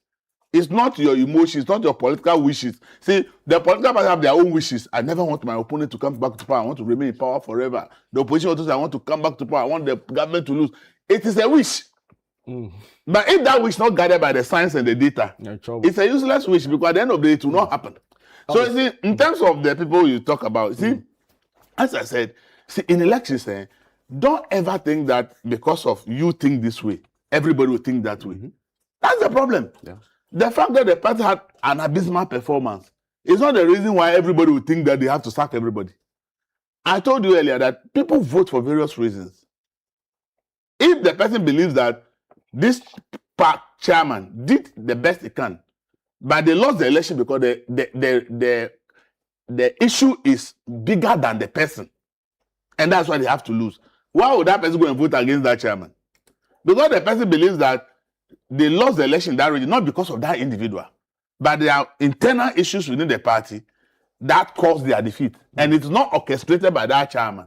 Why would the person go and vote against the chairman? So you see, sometimes, as I say, wishes are not data and science. And what you wish and why you want things to be done is not the same way everybody will also want things to be done. So when people decide to maintain their chairman, they have a reason why they have to maintain that chairman. Because probably they believe that this chairman did his best. It's unfortunate that they lost and lost abysmally, but they believe that their losing is not the fault of the chairman. But and do you believe same? Please, I've always told you that, you see, you don't lose election because of individuals. You lose election because systemic issues that you do not address, and which affect a large number of people. And as I told you, politics is about individual interest. Everybody even as human beings, whether you are in the church, you are in the politics, you are in academia, whatever you are, everybody, though we are all working towards a particular dream, even in this media house and every media house, every individual have their own expectations within the same group. That is life. So for me, if a party loses the elections, number one, you have to look at what caused the elections. If the chairman has acted and has brought divisions, okay, within the party in that area, and you believe that it's because of actions of the chairman, that is why there are so many divisions within the party, then you can blame the chairman. But when you look at the defeat of your political party and realize that these issues that caused the defeat of the party, okay, the apathy, was it caused by the chairman? When the party people says jobs have been restricted to only few people and the opportunities were not given to a larger group of people, and for which reason people at the grassroots didn't benefit from the government. Is that the cause of the chairman? Is the chairman the one in government? Is the chairman the one who is making appointments? Is the chairman the one that's accused of family and friends government? No. The chairman has done his job. The party has come to power. He expects appointment to be done a certain way that it will benefit everybody. And then the government is accused of restricting all contracts and things that will benefit the people to some few group of people. And it became an acronym of family and friends, and some people are benefiting and not benefiting, so they will not go to the polls. How is that the making of a regional or a constituency chairman sitting somewhere? I told you in the constituency, most people at the constituency, even who are elected local people, know that they cannot get benefits from appointments at the top. What they expect is that when the party is in power, maybe Mr. A is the financier of the party at constituency A, is kept the party alive for 8 years in opposition. The party comes to power. What they expect is that whether it is contract or whatever it is, let that person get something, because the one who has kept them alive, so that that person can keep them alive at the local level. Then the party comes to power, then they go to them and say, oh, in opposition, you know all that I've done, but now since our party has been in power, me, I'm not gotten anything, so I don't have money, I can't continue to take care of you. You think that that's the cost of the chairman? The chairman is not the one that is issuing out the contract or benefits of government. So you see, sometimes, that's why I said that when you win election, the very first day you win election, you start losing your elections. You still losing the election, because the moment you win election, everybody has expectation of what they think they have to get from government. Within 6 months to 1 year, if their expectation of what they think they have to get from their party being in power are not met, they are out. Somebody said that ministerial appointment, if this person is appointed, that is where me to, I guess, small to chop. So if that person doesn't get a ministerial appointment, that person is not going to the next poll. So you see, we've made our politics a beneficial. That's the point. So everybody looks at who and whose table they get something small to chop. So if that person who is their financial supporter says that, oh, now I can continue to help you, and that's why the message is, oh, you know, now the government, our government is in power, but you know, right now I don't have anything. I've not gotten any contract. I'm not getting, so now I don't even have money to support you, because all the money I have I used to support you in opposition. And now I think when our government can, maybe I'll get something. And now the government has come, I'm not getting anything, so I can't. It's not saying that I'm going to vote against the party, but it's telling them that I have supported you, the party come to power. I'm expecting that I'll get something, I'll continue to support you. And now the party hasn't given me anything, so don't come to me and ask me for support. So all the people who are depending on that individual at the local level now make up their mind that there's no need to go to the polls, because the government is only benefiting a few. As we speak, this government is just less than 2 years. Ask the NDC people, he knows. Go to their WhatsApp platforms. They are weeping. People are crying. People are talking. But Sakra subtly acknowledge it. That's what I'm telling you. They want more. They are happy, but they want more. So the point is that. So the point is that if there's problems that cause the party's defeat are beyond the making of the chairman. When you go and vote for the chairman, to what gain? Because you look at the work the chairman has done. But the pushback is when the chairman is publicly known, and this even extends beyond the party. We've had his utterances, which do not necessarily reflect what you expect of a regional chairman. So if the party goes back to electing... You talk like us. We are journalists. We are people who think in a certain way. Somebody told me that he met a big NDC person. That's so all this complaint about abuses of people arrested and the rest, and people, aren't you worried? They say you don't know. That's what our grassroots want. We are doing it to please our grassroots. We don't care about what the people who are shouting that it is abuse. See, in party, it's different. The dynamics are different. The dynamics are different. You see, what your grassroots want you to do, it's not what you think should be done as governance. Yeah, but when you go to election losing your grassroots, you've lost the election already. So you are always trying to please your grassroots. You don't only need the grassroots to win an election. But at that point, the grassroots, those in the middle to also see you as being ready and capable. Thank you. If you're a party and you are always trying to please the grassroots, then it's a problem, right? You are being realist by not being practical. Okay, the basis for you to winning an election first is your grassroots. Before you have about NDC and FDP have about 45% of votes waiting for them in an election for the grassroots. Not quite, because you saw 38% in an election. No, that's what I'm telling you. That is where the problem is. So when the grassroots felt that you disappointed them, then there's a huge apathy. Why did then look at check NDC's votes in 2016? It's huge apathy that gave them that defeat. Well, so when you are minded by political gains, you are also minded by the fact that what if I take the decision that will please the middle people who are not fanatical politicians, and my government said, okay, we are dissatisfied, we won't turn up. So government are always on a thin line. Do I have to please my grassroots and maintain them, or I want to please the general public, do governance the way? Where's my grassroots they are not happy about? You heard that crying that the arrest is making the party unpopular. But another person thinks that the arrest is making the grassroots happy.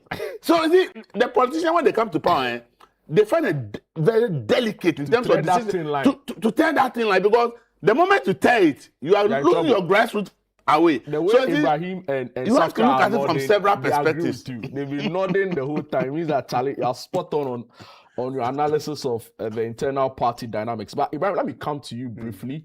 Just in about 3 minutes before we go on a break. Greater Accra is critical. We know it's one of the kingmaker regions in Ghana. To win an election, you need to win Accra and win it quite decisively.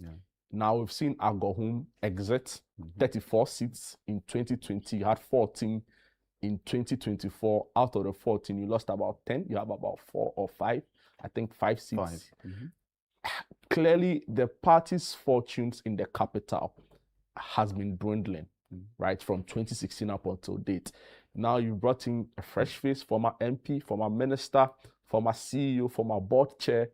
Is he the one to galvanize and bring back life? You know him quite personally. Oh, I know him very well, and I believe that he is the person to do that. I'm going to continue that question, but you just mentioned something when Elvis was talking about the parties have a 45% base. Then you mentioned that, we've seen 38% somewhere. Where was that coming from, that figure? Elvis said both NDC and MPP, at the get-go, they have a base of 45% each. And then you mentioned... 40%.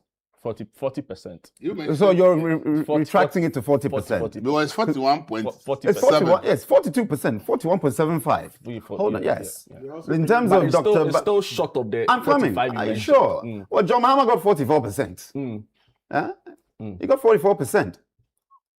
Nanado beat him by 5. Nanado got, the president, Akufo-Addo, got 5.7 million votes in 2016. Then President Mahama got 4,730,000. 1,003,000 difference. So when I heard Abdullah talking about somebody's been beaten, why are we presenting him again? I'm talking when he was talking about the regional. Why did you present John Mahama, President Mahama then, after the biggest 1,003,000 votes difference between him and President Akufo-Addo? I'm coming back to Greater Accra and Honorable Dr. Bernard Okoboy as well. But it's important. Abdullah was saying that we are silencing the majority. In January 31st, when we did the presidential primaries, Jude, 211,000 people are registered to vote in our primaries. 195,901 voted, actually cast the votes. That's a turnout of 92.74%. And in the Ashanti region, I'm happy that Elvis mentioned it. Dr. Mahamudu Bawumia got 19,700. Kennedy Agyapong got 8,300. So the difference is clear. I wanted to, at least for the record, state that, and what Dr. Mahamudu Bawumia said, campaign on your merits. And And that has been played out. That's what brings unity. That's what brings victory. Because now you're getting a organic and authentic, opinion or decision of the people. How does 200,000 people, 2%, nearly 93% equals silencing the majority? But I'll now come back to your question regarding Greater Accra. Greater Accra is pivotal. It is pivotal because in terms of the elections, you need, one, it is the capital, it is the commercial base of Ghana. In terms of its digital, social media interactivity, it is, let's say the primus inter pares, then followed by Kumasi, Tamale, Cape Coast, and what have you. But Ghana is represented within Greater Accra. It is the bellwether. Generally, if you win Greater Accra significantly, you've won the election. And so, yes, we have work to do because we took it from 5 seats at some point, so 9 seats at some point to 21 when Alfred Boy was then acting chairman because Honorable Ishmael Ashite was indisposed in America. He was having medical issues. God bless his memory.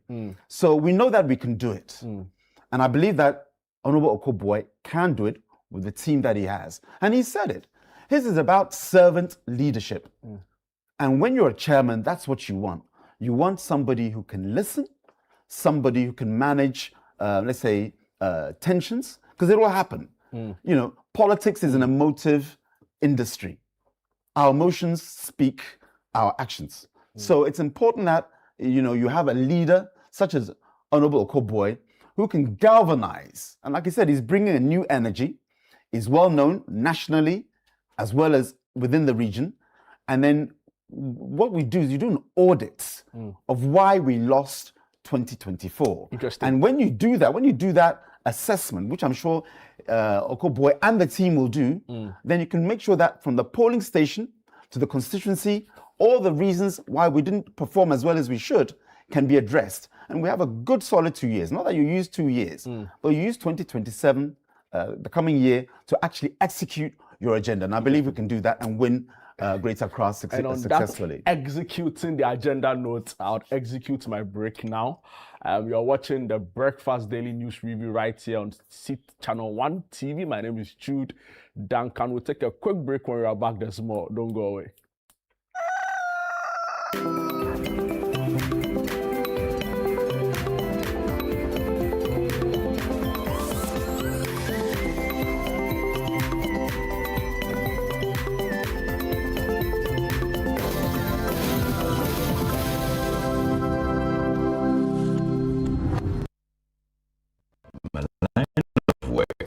Confident smile is everything. Kel Chaco toothpaste keeps me on top of my game and ensures my smile is always radiant and bright. With the tiring nature of my job, we spend several hours under the scorching sun. To keep our teeth white and our breath fresh all the time, we use none other than Kel Chaco toothpaste. Kel Chaco toothpaste. You're on a Kessie and a kit one. Samayo Kendini, a who been here, some make just a papa to a man for Kel Chaco's natural ingredients, and a bomb is so buying, a man is strength, Nasasu Mama Hotter, so it will big you. Kel Chaco toothpaste. Choose Kel Chaco toothpaste for anti-cavity, whiter teeth, and fresher breath all day. Available in 80 gram and 150 gram. Grab yours today. Kel, happy smile. This advert is FDA approved. From the grandest stage, the badges change, but the passion remains. It's a special goal. Cometh the hour, cometh the man. This football is from the heavens. What a story this is. 10 months of drama lie ahead. The stage is set. The biggest stars from the world's biggest leagues on SuperSport. It's on DSTV. Are you planning to relocate from your company office or house, whether across cities to another town or halfway around the country? You want a moving company you can depend on to get you there? Let me introduce you to Logistics Movers. We are here to help you every step of the way, from planning the move to unpacking the last box and settling into your office or home. We have the expertise, experience, and market understanding and offer fast, reliable, and professional transportation services in Ghana. Our main thrust is to successfully move your business, household items safely, on time, and hassle-free. You can call us on 0246 833 539 or 0244 342 465. You can also send us an email to info@logisticsmovers.com or check our website www.logisticsmovers.com. Why expose your company or household items to theft or damages when you are relocating if it's avoidable? Logistics Movers, we help you relocate.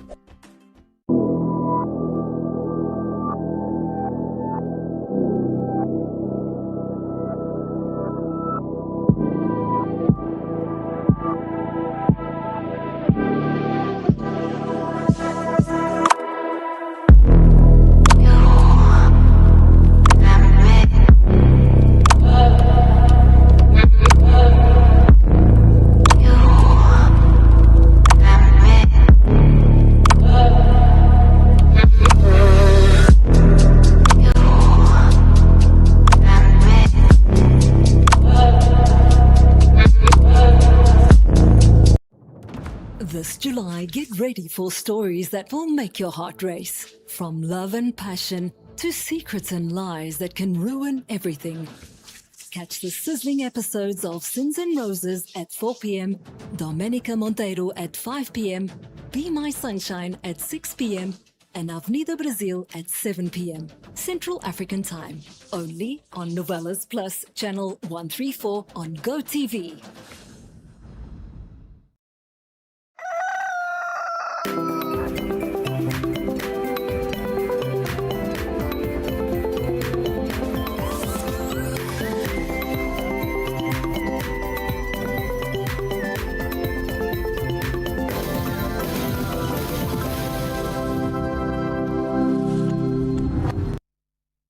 You're welcome back to the Breakfast Daily News Review segment. My name is Jude Duncan. Thank you so much for watching. It's live and interactive. What it means is that when you send in your messages, I'll be able to read it and want you to share your thoughts with us via the WhatsApp number on your screen. Alternatively, go on X, use the hashtag Breakfast Daily and share your opinions with us. Some of your messages have been coming in, and Blueprint from Isikadu Kitan says, now that the NPP has elected great men and women of integrity and valor, it sends a clear signal to ordinary Ghanaians that the party is poised and ready to recapture power from the current Mahama-led administration come 2028.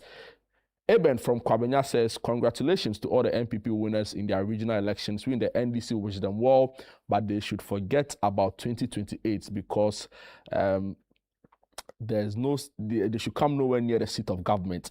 We have a stable economy that the NPP never gave us in 8 years. So position is good for them now. Greetings to Honorable Dr. Julius Debra, Chief of Staff, Honorable Peter Kwesi Mensah of Tema Shipyard, and Honorable MC Agbo of Ga East. Good morning, Channel 1 TV. You guys are doing a great job. Keep it up. You didn't add your name. Thank you so much. From Suli in Sunyane KTK says, congratulations to all the newly elected NPP regional executives. Let's unite to rescue Ghanaians from this clueless NDC government. NPP is the only party that can drive Ghana's success and development. 2028, vote wisely, vote for a leader with foresight, vision, integrity, and wisdom. Baumia 2028 is highly possible. Ibrahim Ejie, Greater Accra region is the largest political region by voter population, even more than the Ashanti region. I think he alluded to that, and that is Eddie Inachimota.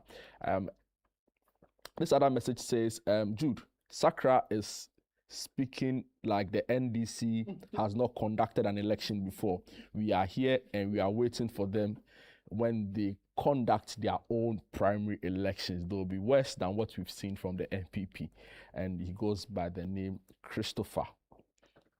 Mensa, who is watching the show in Spintex.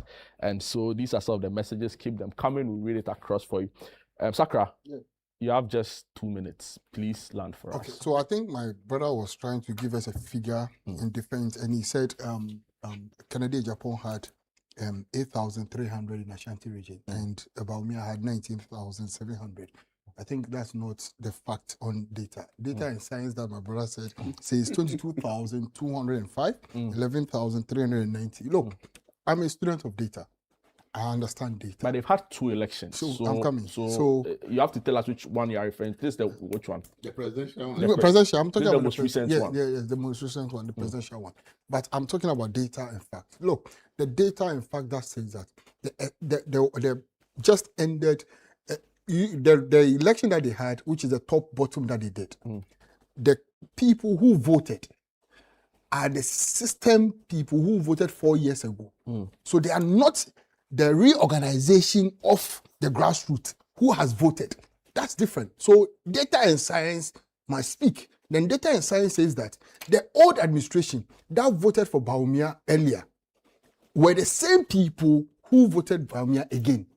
But in the reorganization of the party, which they came back to the down to do the election for them to go for the regional election currently right now, shows that the reorganization is speaking different language. That's data and science. I don't know whether you understand what I mean. So the old data and science is the one that they used to elect Baumia, but the current data and science says otherwise. And that is the results we are seeing today. Thank you. So clearly, the data and science in the MPP election shows that the current reorganization of the party base says that they are not in support of Baumia. And that is the data and science we like and what we are working on. So if he's saying we should work with data and science, we understand what the grassroots want and we'll surely know when it comes to that. So trust me. Coming days. Your point as well. So data and science. Today's show, we should call it data and science. You've brought the issues, you've given it the necessary perspective. So we'll be monitoring. And we'll also follow the NDC elections when the time is due. All right, so we'll move on to our second conversation for the day, and it has to do with the 24-hour economy or 24-hour economy markets. Now, we are not really sure, and we have a government communications member to help us with that. But in April 2026, when the president was cutting sword for one of such markets in the northern region, he said that the 24-hour economy markets is designed to stimulate economic growth. Now, a specific quote from the president said, everywhere we have our traditional markets, traders with farm produce and other wares gather once or twice a week, and people come from far and near to do business. We intend to build these markets to operate around the clock, thereby stimulating economic activity.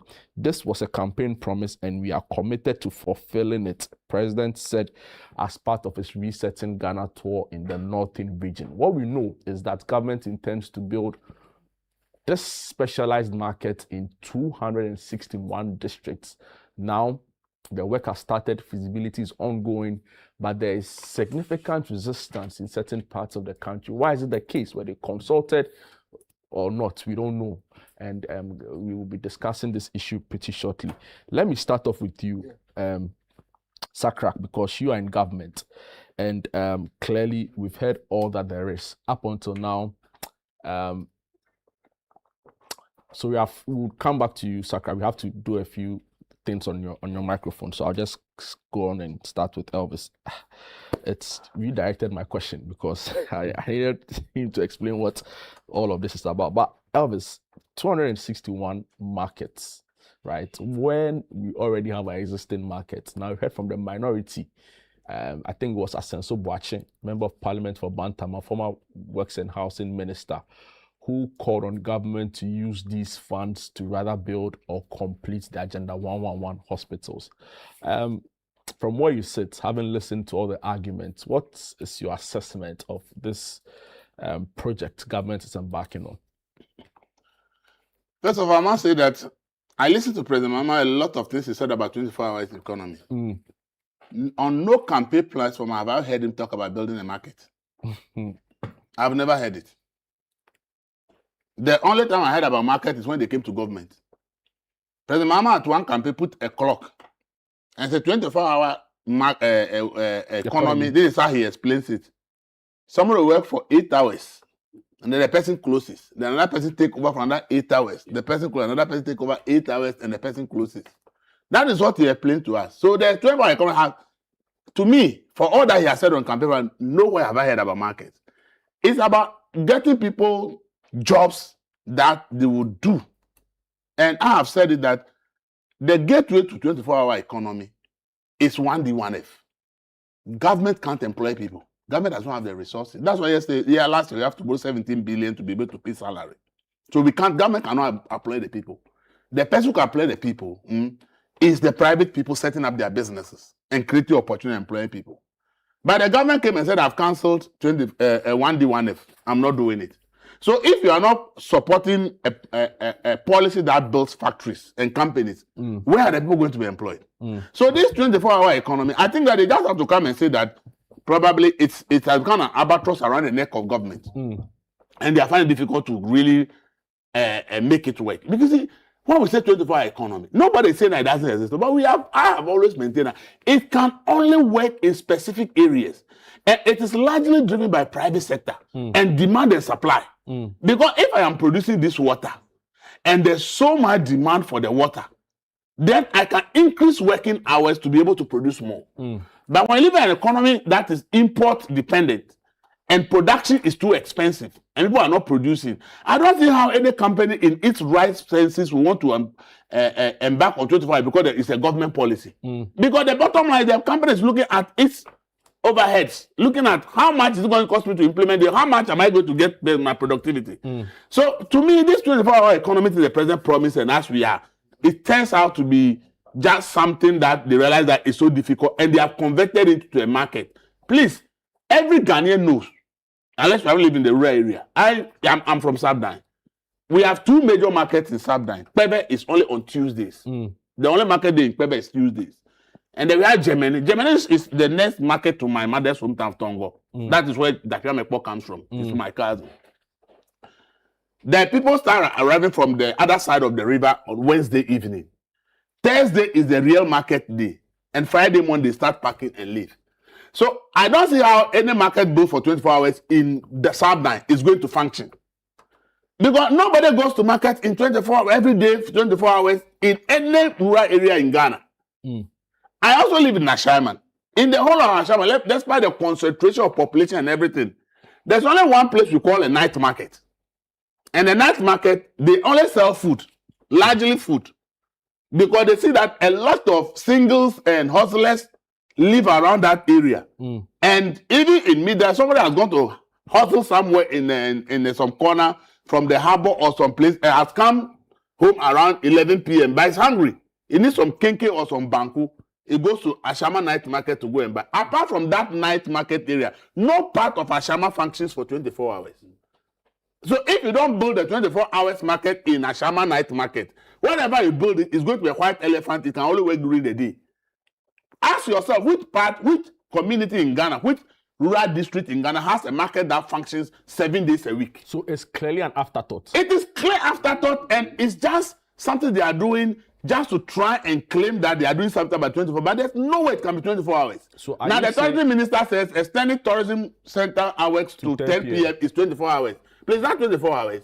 So you see, when you are implementing a policy, that this policy is not something you can implement, you don't lose anything by coming out early to let Ghanaians know that, look, this policy, the way we wanted to do it, the economy is constrained. We have a very rigid economy that doesn't work. The problems where you have to send the money to do 24-hour economy, you are not sending it. One of the easiest places government can do 24 hours is the sanitation sector for assemblies. If government decide that before you wake up in the morning, all the streets must be clean, so cleaners must work in the night. And then when they close, others work in the day. It's one of the easiest places to extend 24 hours. But the passport office, DVLA, we've heard reports that they are working 24 Where hours. is the data to prove that passport office, people have gone to passport in the night? How many people have gone to... There are reports that I said, give me the data that passport offices, they start 24 hours. 10,000 people have gone to apply for passport in the night or have gone to pick up their passport in the night. DVLA, tell me how many people have gone to do road radio license in the night since they started. See, this thing, as I said, let the data and science speak. Obviously. Because if you are not careful, let me ask you a question. If you are not careful, you are going to pack people that they are doing 24 hours. They are sitting there, nobody is coming, and we are paying salaries. So you are going to increase government wages. What should we do with the secretariat? Because you have a very experienced person in Augustus. It's not about experience. It's about... Let me ask the question, then you answer it. You know, he's seen as an industrialist. Yes. Comes into the office with some kind of experience. Yes. What should happen to his office now that this major proposal is being resisted from... Who is... No, but that's the traders are resisting. It's not being resisted. No, but the traders... Look, you go to Agbogoloshi and you said you want to build 24-hour economy market there. Okay. Where are the people going to sell till the time you complete the project? Is their trading business coming to an end until you complete the project? How do they feed their family? You go to Enchi, an existing market that has been built. Traders are there. You say they should move. You are breaking out the entire market. And if you look at the structure, ask what sense does it make? Wasting public money. A market that is being public money. Very nice market.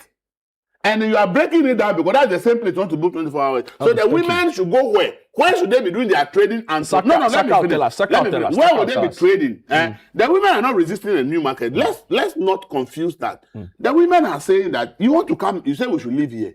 If we live here, where do we go? Where will we be doing our business until you complete the project? Are we going to be unemployed and sit home and wait till the project is completed? This is the question the women are asking. So let's not say that the women are resisting the project. They said that if you can, I've heard a lot of the women, they say, if government find land somewhere and build a better market and the place is nice and they have to move, they will move.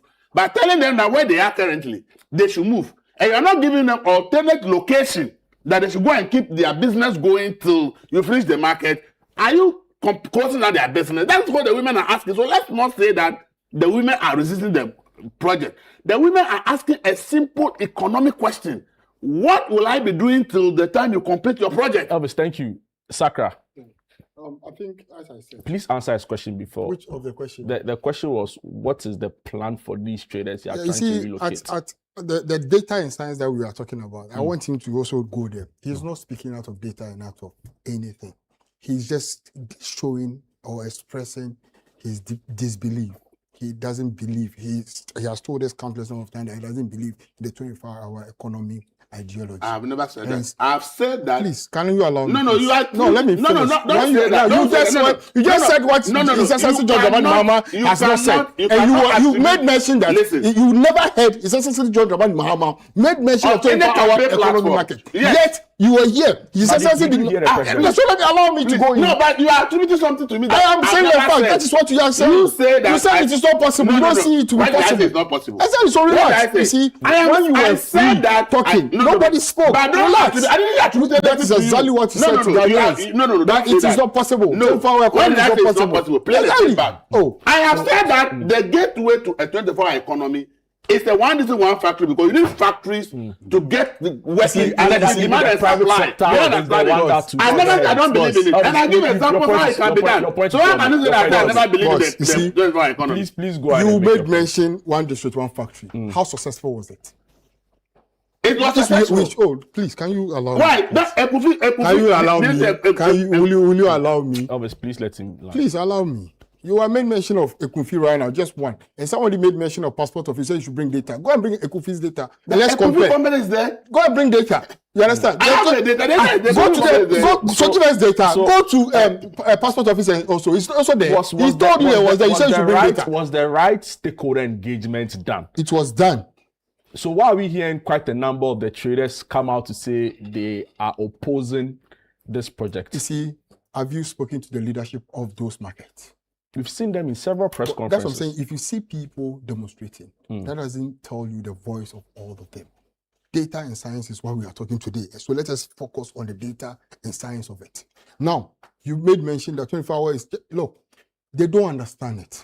We told Ghanaians, we campaigned the length and breadth of Ghana about the 24-hour economy that we are bringing on board, which they still don't understand. But Ghanaians accepted it and gave us the opportunity. It is up to us to make sure the 24-hour economy project that we are doing should be successful in 4 years. Sakra, I'm coming. Let me. What is the 24-hour economy? Relax. You explain it to us so that we are able to all get it. No, this is not where we come and explain 24-hour economy. No, but relax. So you are saying we don't get it. So just relax. Just relax. I've relaxed for you. I'm very relaxed for you.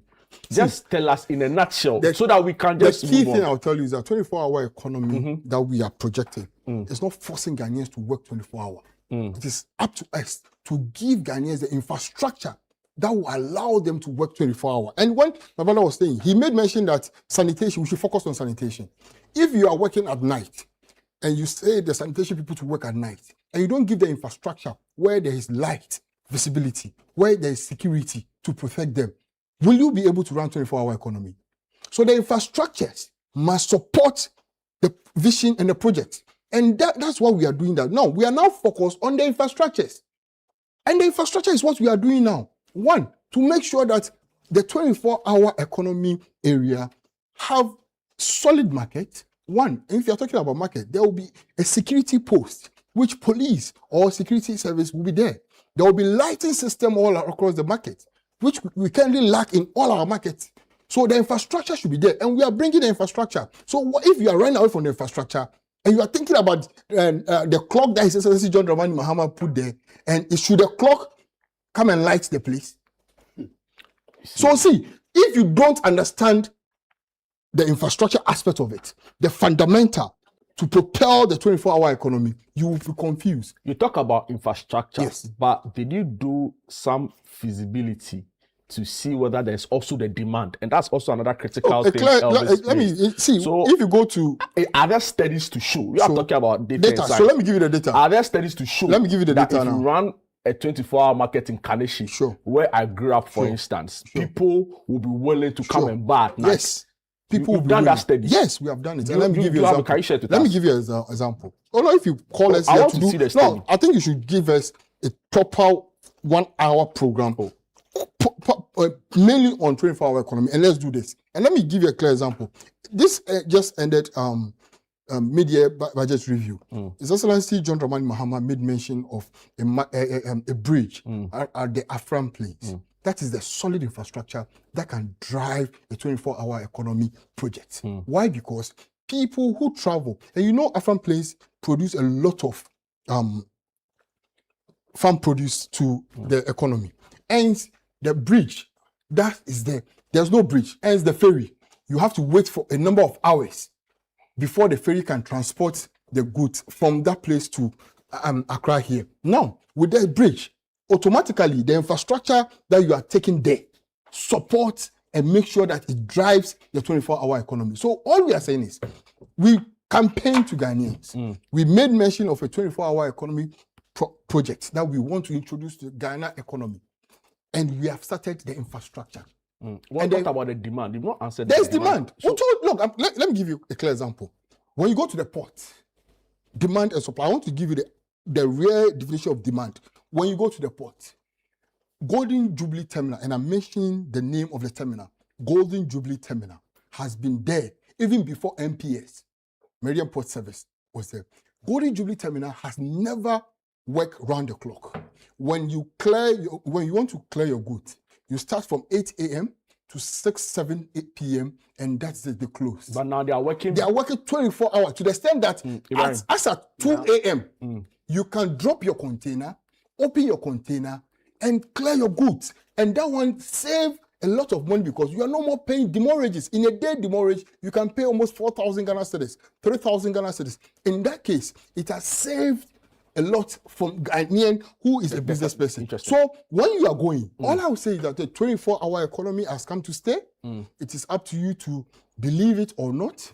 It's up to you to listen and listen well. But whatever we are doing, we are building a solid infrastructure to make sure that the 24-hour economy work well. Thank you very much, Sakra. We've heard from some of your members who have said that we should use the funds to rather complete Agenda 111, which is of much more importance to Ghanaians because they are struggling to see the economic viability of the markets. But what are your own assessments of the issues? Okay, well, first and foremost, the 24-hour economy will not work. It will not work. Oh, just like that? Yes, just like that. And I'll explain to you why. They've been in power for 2 years. We just had the mid-year budget review. Close to. next month is September. Anyway, let's not split. Let's not split hairs. We just had the mid-year budget review. A government agenda or its intention is captured in the budget. If you want to know where my focus is, look at where I'm putting my money. The mid-year budget review was silent on the 24-hour economy. They are projecting putting 650 million cedis into this thing, and it is silent on it. That's why you had a member of parliament mentioning that the policy is in a coma. Let's understand what you need for a 24-hour economy. This last-minute shifting of the goalposts, saying that you're doing markets. The market women in Ashaiman and then also at Kaswa were saying that, why don't you rather redevelop, add value to what we have if you want to expand it? But first and foremost, you need energy. You need reliable electricity. 24-hour indicates or suggests that you are operating at nighttime. With no reliable electricity, affordable electricity, and I mentioned earlier, 30% since they came to power in terms of the increase, incrementally, we are paying 30% more now under NDC. This is the failure of a government that just cannot grasp the economy. Secondly, you need security, police, you need transportation. You can't force the trotro drivers to come, because normally they close by 10 p.m., to come and be stationed at the GPTRU rank or the taxi driver when there's no market, there's no customers. It has to be organic. There has to be the demand for production. It says there's demand. Demand for where? He said in the ports. Yeah, you see where they're going. I wish you'd give me more minutes than what I'm having right now. I'm seeing the credits going. But the 24-hour economy will not work because they got it upside down. If there's no demand, there's no need for supply. Thank you. If there's no demand, there's no need for supply.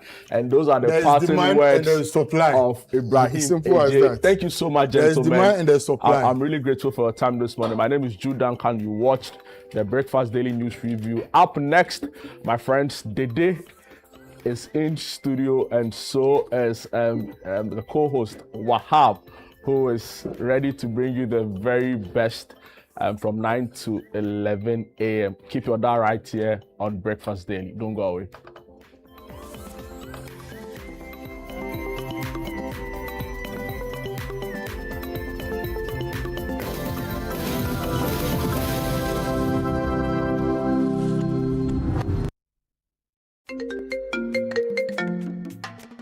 Hello, my name is Pamela from Customer Service. Please revalidate your account by texting your Ghana card number to 0500,000 247.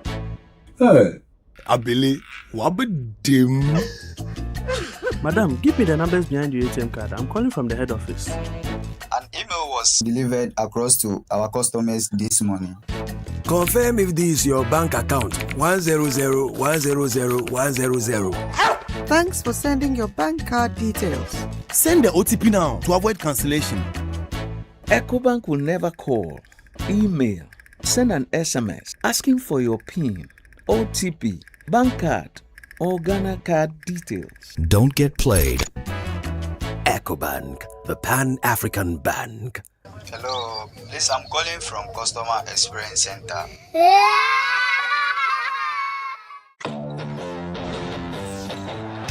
From the grandest stage, the badges change, but the passion remains. It's a special goal. Cometh the hour, cometh the man. This football is from the heavens. What a story this is. 10 months of drama lie ahead. The stage is set. The biggest stars from the world's biggest leagues on Supersport. It's on DSTV. It's time to upgrade your viewing experience with Franco Smart Television.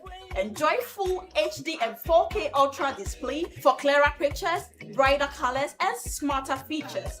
From our 32-inch screen, perfect for your bedroom, to 55, 65, and massive 100 inches for your living room or office. We've got the perfect size and quality. For retailing and bulk purchasing, call the numbers on the screen or visit our website at www.francotrading.com. You can download the Franco Trading app on Google Play Store or Apple App Store.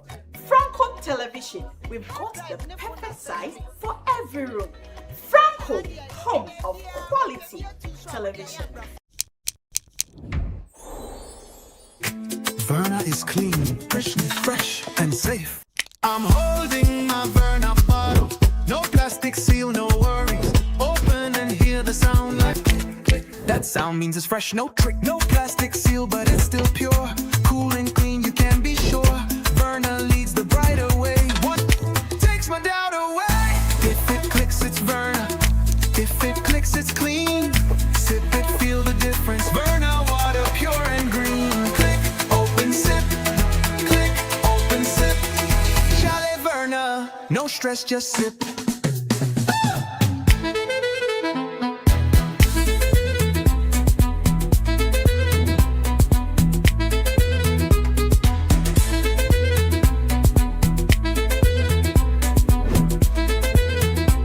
Chalet Verna, no stress, just sip. This advert is FDA approved.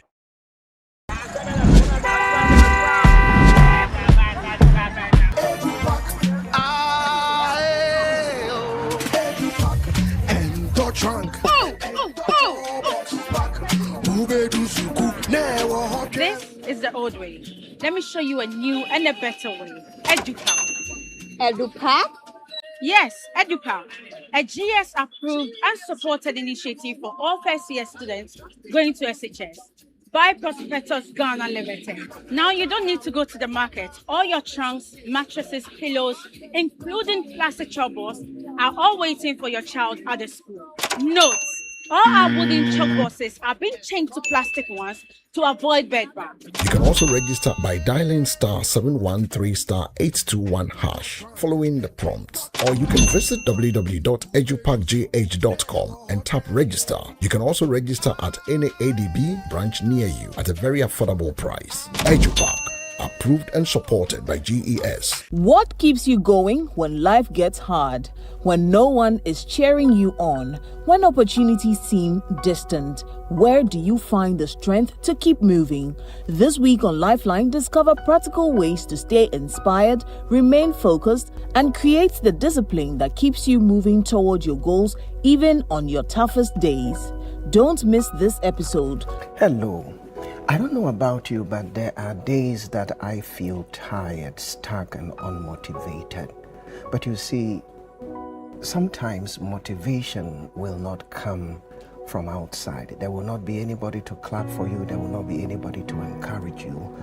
Motivation needs to come from within. Welcome to Lifeline.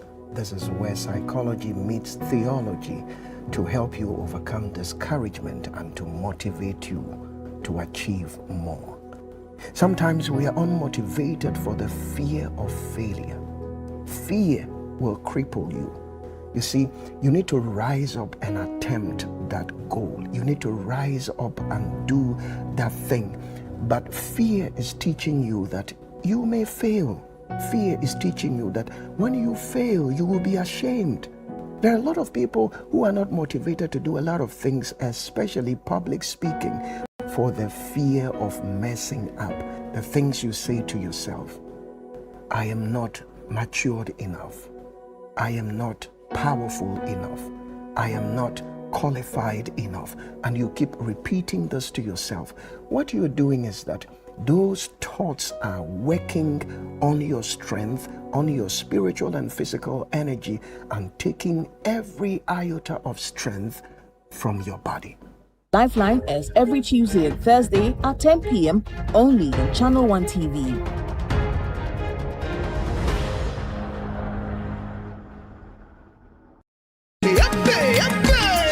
Every year, there is a place where the atmosphere shifts, where praise becomes a sanctuary. Hello family, my name is Perez Music, and I'd like to invite you to Glorify 2026, happening right here at the Victory Bible Church International Dominion Sanctuary inside our ocean, and it's happening on the 30th of August. Joining me this year is my big brother and a mogul, Minister Joe Mentor. We also have a special monologue by Jeffrey Norton. And my brother King's Kid is also going to be here. Yes, come let's celebrate God for his goodness and mercies at Glorified 2026 on August 30th, 2026. Doors open at 4 p.m. prompt and the venue is Victory Bible Church, Dominion Sanctuary, Awoshi Bayard. Media sponsors Channel 1 TV, City FM. Come ready to encounter.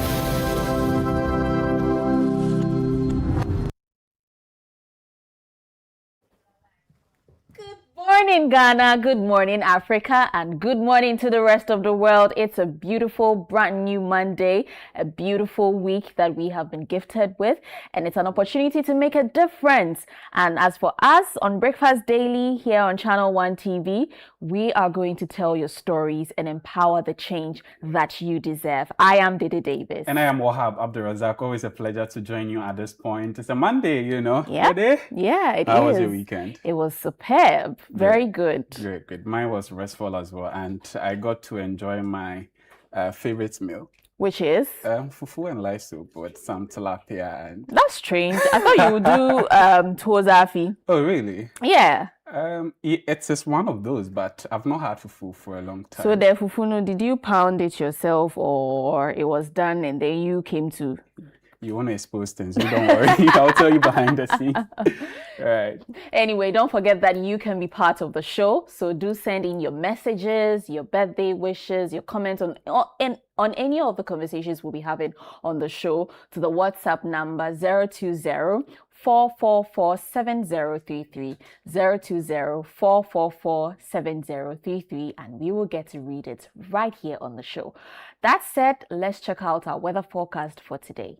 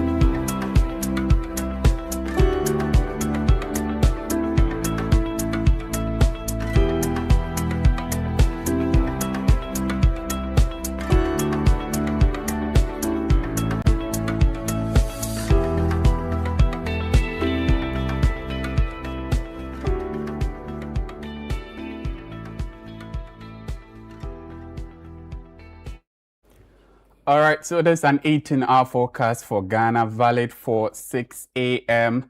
today, and there's a summary of the weather for today. So the rainstorm mentioned in the early hour weather warning continues to move westward and is expected to affect part of the northern sector this morning. The system may persist into the afternoon, bringing thunderstorm and rain of varying intensity. Meanwhile, mist and fog patches are expected over part of the coastal, forest and mountainous areas, reducing visibility. Over the southern sector, mostly cloudy conditions are expected with brief intervals of sunshine. A few areas may also experience slight rain or drizzle from the afternoon into the evening. Also note that relatively cool night and early morning temperatures are expected across the country. And also the state of the sea will be rough. This is a summary of today's weather from the Ghana Meteorological Agency. And you can follow them on their social media handles for more updates on the weather. They are on YouTube, they are on X, formerly Twitter. They have a WhatsApp channel, GhanaMeteor.agency. They are on TikTok as Ghana_Met_official. Additionally, you can also download a weather app so that you get real-time update of how the weather would look like accordingly, so that you get to plan your day and all that. Today, yes, now we know how the weather is going to look like. Mhm. Let's give them some reminder what Yes, we have for the day. last week, Thursday, Friday, and even Saturday was the Auto Sale and Expo 2026. It was a huge success. It was I'm massive. sure our patrons who were able to make it to the Zonda Expo Tech, will be so excited that they got unbeatable prices, reduced prices for the various cars, and I'm sure they will be smiling by now. Oh my goodness, it was a massive success, and we'd like to say a very big thank you to everyone who took time off their busy schedules to find their way to the Zonda Tech showroom in Jowlu, Accra, to either make a purchase, make an inquiry or something. Yeah, thank you so much for making it to the Auto Sale and Expo 2026. Thank you for making time. We are most grateful, and we hope to see you next year. Yes. We hope to see you next year. But the cars, Wahab, Very, oh sleek. my goodness. Amazing. You wonder, wow, so all these cars were produced here in Ghana? Yes, Wow. yes. And it tells us that it's an area that we should focus need some on. more attention. Yes, it yeah. needs some more attention from government, because look at these beautiful cars being produced and assembled right here in Ghana. It's a good one, and I think it's something that the government of Ghana should pay close attention to. Absolutely. And we also reminding you that the This is Ghana Exhibition 2026 edition is coming up. It is coming out. So this month, the 29th and 30th of August, 2026 at the Afua Sutherland Children's Park, 10 a.m. to 5 p.m. each day. We are going to turn the whole park to a bustling center and bring everything made in Ghana under one roof. So if you are an entrepreneur, if you are an SME, no matter the size of your business, that is not an excuse. You just call us on 0205 973 973, provided that what you are producing, either tangible product or service, is produced right here in Ghana. You have that opportunity to be there and display, to exhibit your products and services to a wide range of customers. And aside that, you also get the opportunity to meet your potential business partner and investor and all that. So contact us on 0205 973 973 or 0558 973 973 and secure your spot. Do not just declare your intention that, yes, I want to be at the fair. No.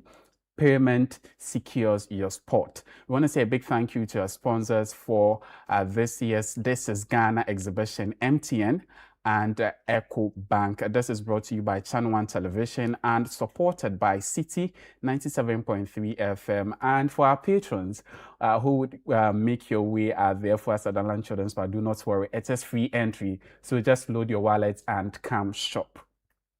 Yeah, and you aside, you talked about having a business, no matter how small or big it is. Even if you don't have a business, and you've been wanting to start some business, you can also make it to the Afua Sutherland Children's Park. Yeah, you would find an array of businesses, products, goods and services, and you can decide, okay, I want to go into maybe clothing, I want to be a retailer for this kind of business, you want to go into cosmetics, you want to go into automobile. If you don't have any business idea, you would get a business idea as you walk through the various stands and all of that. So yeah, just as Wahab said, if you have reached out to be part of this year's exhibition, it's important that you follow up with payments because the slots are fast selling and it's your payment that secures your slots at the exhibition. So do well to follow up with payments to secure your slots and be part of the This is Ghana exhibition 2026 at the A4 Sutherland Children's Park. Rahab. Anyway, up next is what's trending on social media.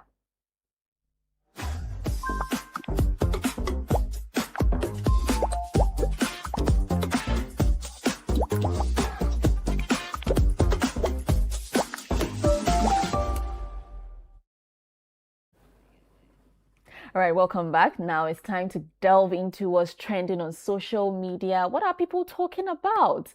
What are people excited about, angry about?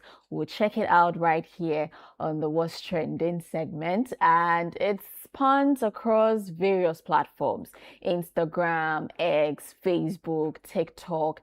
Those are the platforms where we pick up what you're talking about, what you're agitated about, and then we talk about it. And the first one actually has been trending since Saturday, Wahab, and it's about the KFC Ghana 15th anniversary. They celebrated their 15th anniversary over the weekend, and as part of the celebration, they decided to do some yatetesu. Say who? Yeah. And so they reduced their price to 15 Ghana cedis. And oh my goodness, the queue. The queue. It was crazy. Across the various branches, the queue was, oh my goodness. First of all, Wahab, I think a lot of planning didn't go into this because if you had planned to celebrate your 15th anniversary in this way, you would have, I mean, people love KFC. Ghanaians love KFC. We have developed the taste for KFC. So you would anticipate the numbers that will be trooping in to take advantage of this reduction. And so I think a lot of planning should have gone into crowd control. I saw videos where people were being lashed, water was being poured on people just because of 15 Ghana cedis. Make it make sense. It was very disheartening. I don't know. Just like you mentioned, a lot of planning absolutely did not go into it, because if you are, reducing your price to almost an irresistible one, right? That's on a normal that you would not do. You are supposed to anticipate some of these things and put in place the necessary security mechanism, because just look at this. This was bad. It was very uncalled for. I think they should have considered and expected this, so that they prepare accordingly to meet it, and also maybe doing it online ordering, and then giving stipulated time that you can pick up your delivery, and even the spot that you can, but open it wide across all your outlets, and it's the same story everywhere. I think this is the Ashaman one, Dansoman, Ablikuma, almost everywhere, even airports. Look at this. Even the outlets close to the airport, it was everywhere. I think this was very. And I think the celebration shouldn't have just been a one-day affair. You could have done maybe 3 days. Yeah. So maybe from Saturday, Sunday, Monday, you're doing this promotion. And so if someone doesn't make it on a Saturday, the person would consider making it on a Sunday or a Monday to avoid all of this. Yeah, people queuing under the mercy of the weather just to secure 15 cities, and others went as far as ordering 5, 10. Like, I mean, Adefude. So interesting. Yeah. Anyway, let's check out some comments. It was good, but the security. Lucas Bravo says the KFC promotion has exposed the hardships among the youth when it comes to the price of food. Pearl says, I'm sure KFC has regretted doing this discount promo. Love Lost says, politicians realizing they've stuck gold with KFC come 2028. Really? Prince Jesse Smith says, imagine being arrested because of chicken. Yeah. Echo, predictable. This is nothing new. Poor crowd control, chaos equals arrest. I agree. That was an excellent equation he put out there. They didn't get it right, and I think they should go back to their drawing board and put in place their strategies to avoid these things going forward. Yeah. Right. All right. Which ones do you have? So we have this story about a security, an inmate of prison, just breaking bars, running away. And the day that it's actually concerning because it tends to ask what went wrong, right? For a person under custody to just get access to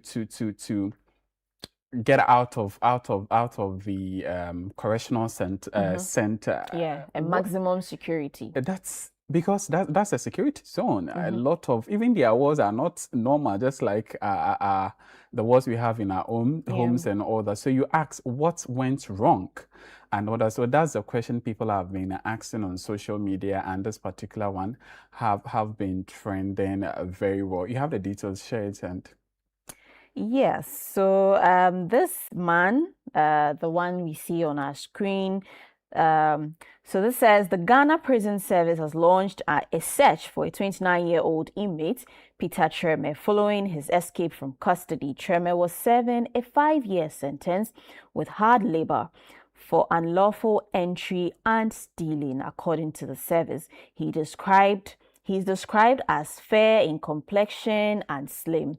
The service is appealing to members of the public with information on his whereabouts to report to the nearest police station or prison establishment. Anyone who sees Treme or has information that could assist in his apprehension can also contact the Ghana Prison Service on 050 623 2978 050 623-2978 to report this. Wahab, you were asking what went wrong. Clearly, he was assisted by an insider. Yes, and that is what we have to get, we have to understand. And it is a loophole because if you are in a system that is meant to help reshape and put people in check, let me say. And at the end of the day, I don't know whether it has to do with a relationship with the person or whatever. I don't want to go into that side of story. But proper investigation must be conducted in that regard. Was definitely, and whoever have hands in that must be punished accordingly. I agree. Yeah. They must be punished. Because you remember last week there was is it the Laboni incident? Where there was a robbery that was, it's usually an insider because no one knows the corners of your establishment as well as you do. Like the outsider can't know where the loopholes are. An outsider can't know where we hold our meetings here at Channel 1 TV. What we do here at Channel 1 TV and City 97.3 FM. They won't know. It's definitely an insider who would carry that information out like to an outsider. Exactly. And all of these crimes we are seeing of late is an insider giving out valuable information. Yes. So the robbery, for instance, it couldn't have happened just like that. Definitely a staff in there prompted them, says, oh, at this time, money is being moved. At that time, this is what is happening. And they plan accordingly. Because on a normal day, how will you know? It's a whole cartel. Exactly. It's not a one person. On a normal day, how will you know that Yeah. I'm moving some amount of money worth this amount? You get it? It is. So We have it's to take definitely security an very insider serious. thing that I think, like you said, it Mm. has revealed that there are cracks in the system and it needs to be checked as it should.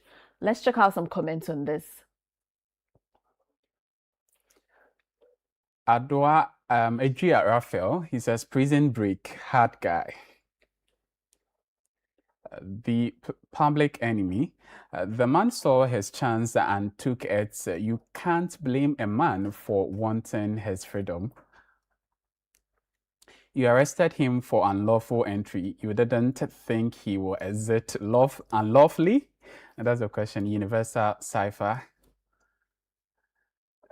So Michael Schofield levels so Bentel's son replied with Peter Schofield. Interesting. Kojo choices: unlawful entry, unlawful exit. Yeah. Home use. I'm sure he escaped prison for the KFC 15 cities offer. And by now he's on his way back. And there's a reply here. Farm Auntie Mawako, Ghana. He will enter unlawfully again. Well, it's not funny, honestly. It's not funny. I think there's something serious that we have to look at as far as security is concerned. Yeah. And the Ghana prison service issuing information requests alone is not enough. Internally, I'm sure there are cameras all over and all that.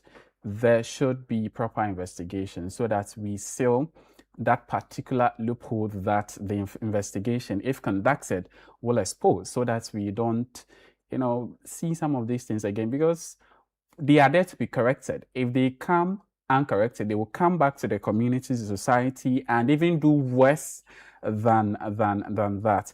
Right. Anyways, let's move away from that. And this particular story is a exciting one. Yes, Isn't it is. It is because Stonebwoy makes history headlining Oval Arena, Wembley. The Ghanaian Afro dance hall star headlined the Beam Festival on Saturday, marking the first time a Ghanaian artist has topped the bill at an iconic venue. He delivered hits like Silent Samurai with Smoke, Lasers, and guests including Tiwa Savage and Dope Nation, while the crowd sang along in a perfect sync. Attendees and figures like Sewami here and Reggie Rockstone celebrated the milestone, calling fans to Ghana stand up and highlighting Stonebwoy's unmatched bond with his audience. The event spotlighted Ghanaian pride, placing him along stars like Beyonce and Burna Boy, and I think this is commendable. It is indeed. I'm hearing commendable. people say that the place wasn't as full as it should be. There were curtains being used to cover some parts of the venue. But guys, this is our very own.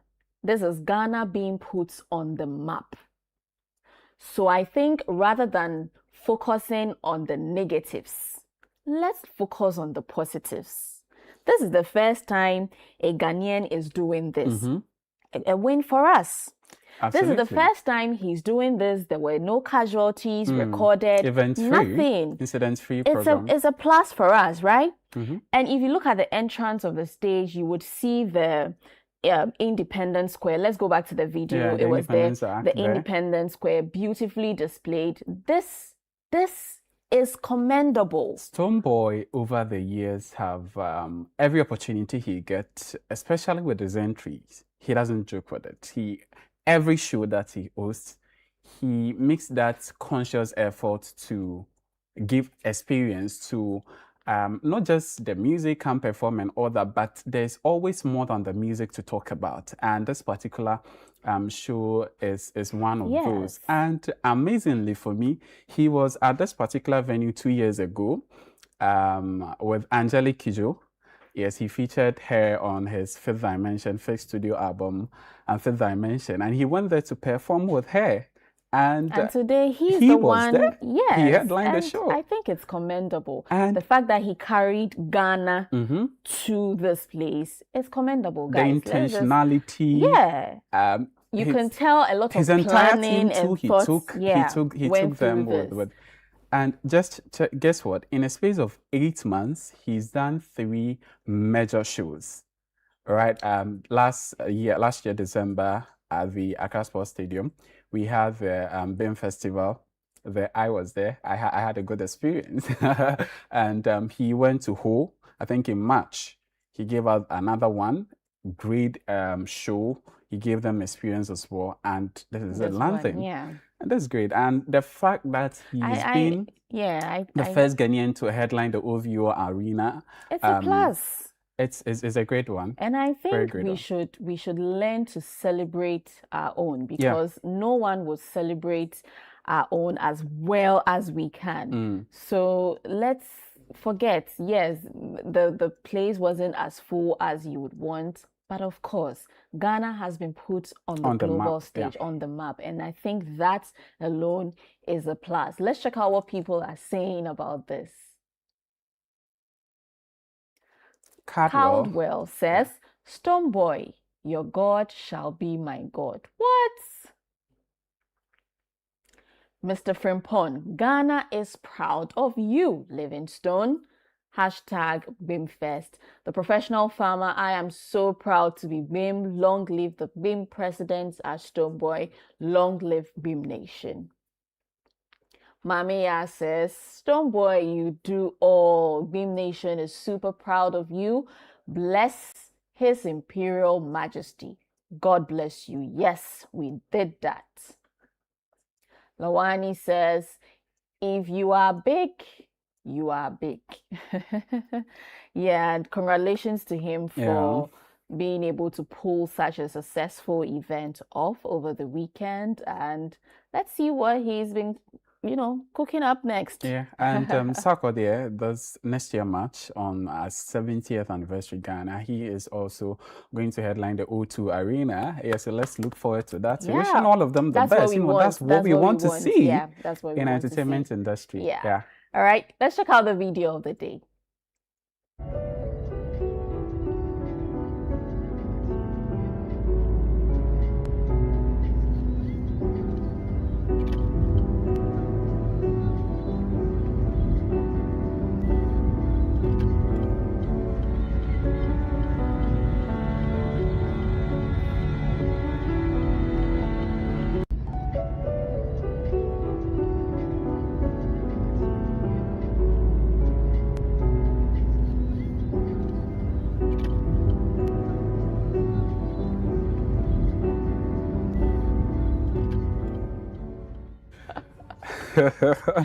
It's a new week, no room for excuses. No room for excuses. The plan didn't work. The plan, it didn't work.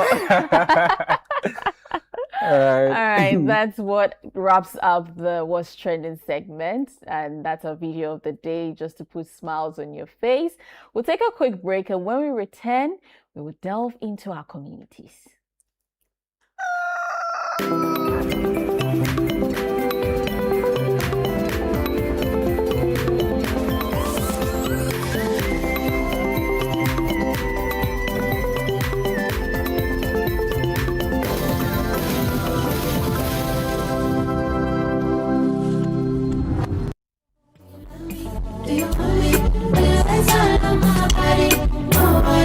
Go crazy, go crazy, go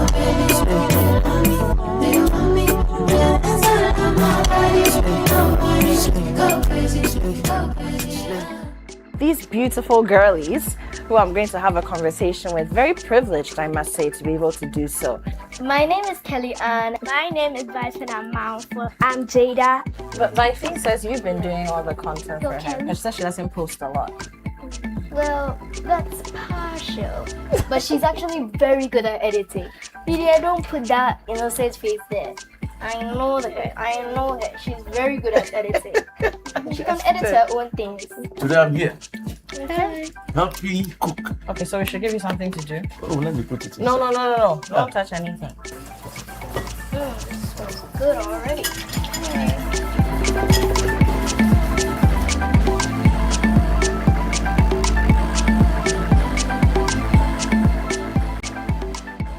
Is when I'm in school, I'm a celebrity. So when I'm in school, people will be asking me, can I join the best? I want your number, can we be friends? And sometimes it's really annoying. Yeah, sometimes.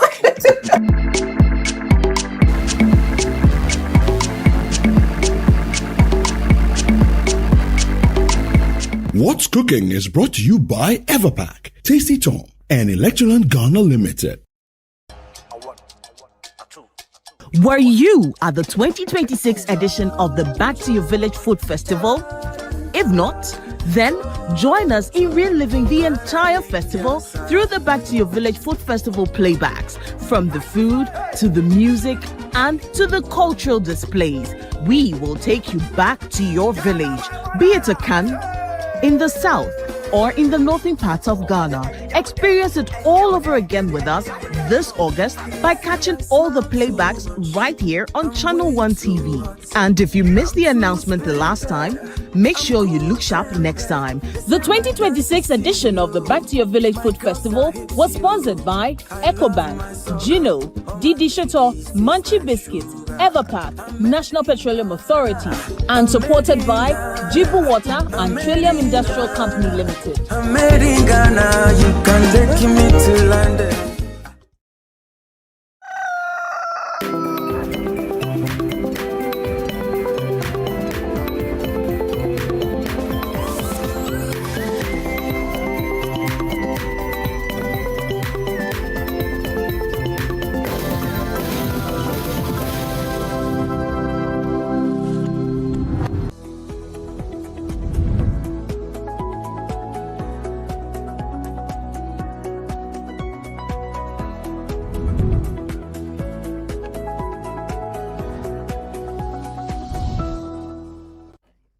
Hello, welcome back. Thank you very much for staying with us. This is Breakfast Daily right here on Channel 1 Television. It's time now to delve into our communities.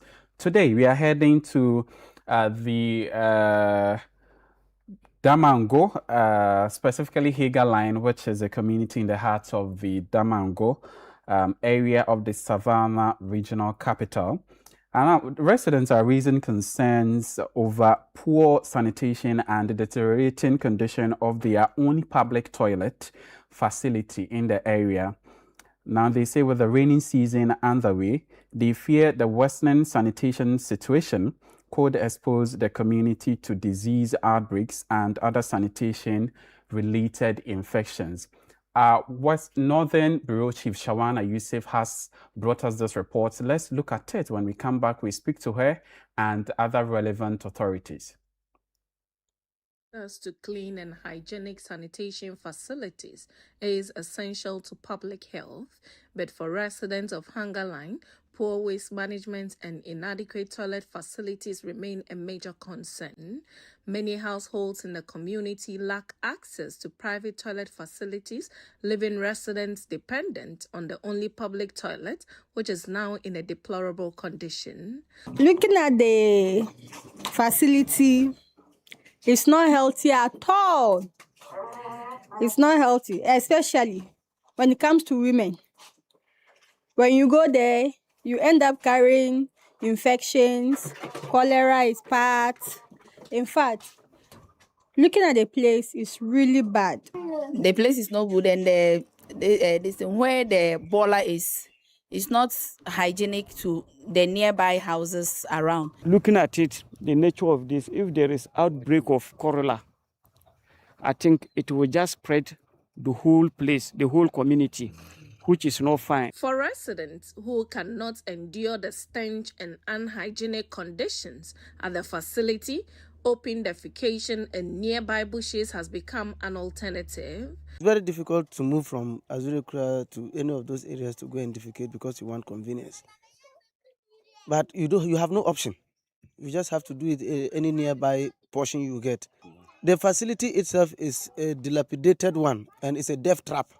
looking at it, if you make a mistake, you have yourself to blame. The assembly member for the Alasankura Ngberepe Hunger Line electoral area, Honorable Godwin Kumate, says the assembly is implementing measures to address the sanitation challenges and prevent a possible outbreak of diseases in the community. It's about time to act on it to ensure that we clear the field and to put the new toilet facility into use. We have worked on the mechanized borehole. Unfortunately, we have the water yield here is not that heavy that we can get enough water.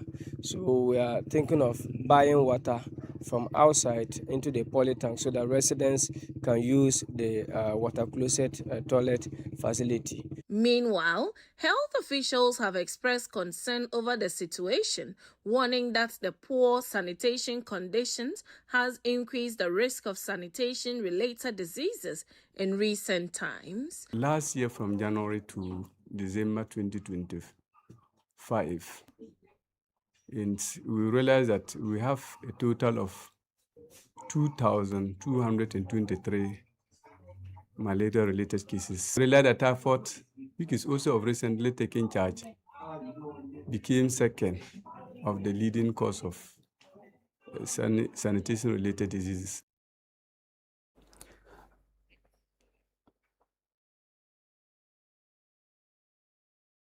All right, so this is a report brought to us by our Northern Bureau Chief Shawana Yusuf on the concerns of the people of Hagar Line in the heart of Damongo of the Savannah region. A very, very unfortunate and very concerning story in this age and time, 2026. And we have to deal with this. It's no. They're serious. They're serious. And their concern is very legit because they are highlighting it at the back of the rainy season, which they are, which is expected to, come in the, we have different seasons up, down south here and up north. So they are raising this concern, and because of the rains are yet to set in there, and you know what happens if fecal waste and solid waste even comes into contact with rainwater, the runoff, where will they end? In the homes and all that. When the floodwaters recede, what happens? It's a health situation. And so they are raising the alarm very early, and that's very good. Anyway, we have Shawana Yusuf on the line. She's a Northern Regional Bureau Chief. Good morning, Shawana. Hi, good morning, Dede. Good morning, Wahab. I trust you're doing well. Very well, thank you. How are you? I'm blessed. All right, Shawana, tell us, how dire is the sanitation crisis in Hagar Line? Thank you very much. So the community is Hunger Line. Hunger Line. Hunger Line community, actually, this particular KVIP toilet that you see is the only one serving the people, over hundreds of populations living in Hunger Line. This is the only public infrastructure or public toilets they have where they go to eat themselves. And in as much as there's a bylaw that every household should ensure they have toilet facility, the situation is not like that in most of the remote areas when you come to northern Ghana. So in the Savannah region, Hunger Line, Damongo to be precise, this is a big challenge. Toilet infrastructure that they rely on solely for easing themselves is also in a deplorable state. Cracked walls, sanitation-wise, in there is not looking good. And community members are telling us that they fear of contracting diseases whenever they use this particular facility. Most troubling has to do with the kids who have no option than to go there. I mean, if you're an adult, when you go there, you have a way of, taking care of yourself and making sure you don't, contract so much or get yourself contaminated before getting home. But some of these kids, they are roaming outside. They feel like eating themselves.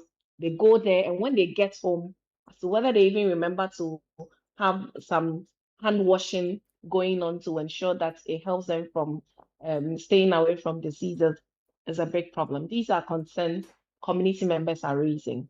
But the day and Wahab, one of the most interesting things that you should know is that there is a new facility that has been built within the same area. You can see the pink building. That is a new toilet facility that has been built, but it's been completed and it is under lock and key. Why? Unfortunately, it's been there for over 5 years, awaiting commissioning before community members use it. So because this hasn't been commissioned for use, they are left with no other option than to use the very deplorable one, which is now almost serving as a death trap. Because looking at the cracked walls, the nature of the sanitation around the area, we understand the man who was actually taking care of this, making sure that it is clean and all that, also fears for his own life because it is very bad. He can't be there managing that deplorable facility. So it is still there. They are watching the new one, not commissioned, hence they can't use it. And they are forced to use the old one, which is in a deplorable state and is now serving as a death trap for the people of the community. All right, but Shawana, what is causing this delay in the commissioning and operationalization of the new facility? Well, administratively, they are not able to tell us why this hasn't been commissioned. But we understand since the MPP era, this facility has been commissioned. It has been completed, awaiting commissioning. The first excuse they gave was that there was no electricity in the facility, and they wanted to make sure they finish up with putting electricity in that facility before. And we understand the assembly member took the pain, the initiative to source for lights into that particular building. So as you can see, even from where we shot, you could see the meter and all the wiring in the facility being done, but still awaiting the assembly in Damongo to ensure that the thing is commissioned for people to use and also to help with sanitation situation in the area. Wow. So currently there is no one managing even the old facility. Is that the story? As at the time we visited, there was no one. The assembly member told us he was speaking with the man who vacated the place to come back, and he was still trying to negotiate to have him back. As to whether he is back currently, the assemblyman will be in the best position to answer. Another issue of major concern to the people of Hunger Line has to do with the dumping of the refuse. They have the refuse bins. Unfortunately, they don't come to empty it regularly. Community members also send children to come and dump refuse. Hence, they are not able to reach into the bin. So they end up pouring it on the floor. So all over the vicinity, you can see refuse all around. You can see drums they are looking for water. Drums are nearby. And then the dustbin is also just over there. They are not pouring it into the container. They pour it on the floor. They are looking at, the assembly member took the initiative to have the place cleared. But attitudinally, the people still need to change their habits. They still keep pouring the refuse on the floor, and this is not helping. For community members who are living close by, they tell us flies and then the rubbish being carried into their homes by the heavy wind whenever it wants to rain or during the dry season is an issue of concern, and it's not helping them. Our checks with the health facility in the community tells us that records of malaria, cholera, and typhoid is on the increase from last year, and they can relate all these to the unhygienic situation in some of the communities in the Damongo area. So this has been an issue of concern, and we are hoping that authority and community as well will come together to have an attitudinal change, have the facility commissioned so they can have a decent place to free themselves. They have also appealed numerously to the Assembly and other NGOs who can help households that are willing to have toilet facilities in their homes with some support to be able to do that. So these has been the concerns of the people of Hunger Line, and we understand it is not just Hunger Line community that uses this infrastructure. We have other community members from neighboring communities also coming to use this facility, and that should tell us how dire there is the need for them to commission the new one for use. All right. Thank you very much, Shawana, for bringing this story to light. Now we have the assembly member for Alhassa Nkura Mberikpe electoral area, Godwin Kumate. Good morning, sir, and welcome to the show. Good morning, my brother. Let me say good morning to all your viewers. and to all those who have time to listen to or to watch Channel One TV this morning. Right. We've seen, this worrying story about Hunger Line resident, about the dilapidated structure. Let me see, the toilet facility, which is in very bad condition, but residents have no alternative, so they have to still resort to using. Let me ask, who is responsible for managing this particular facility? Thank you very much.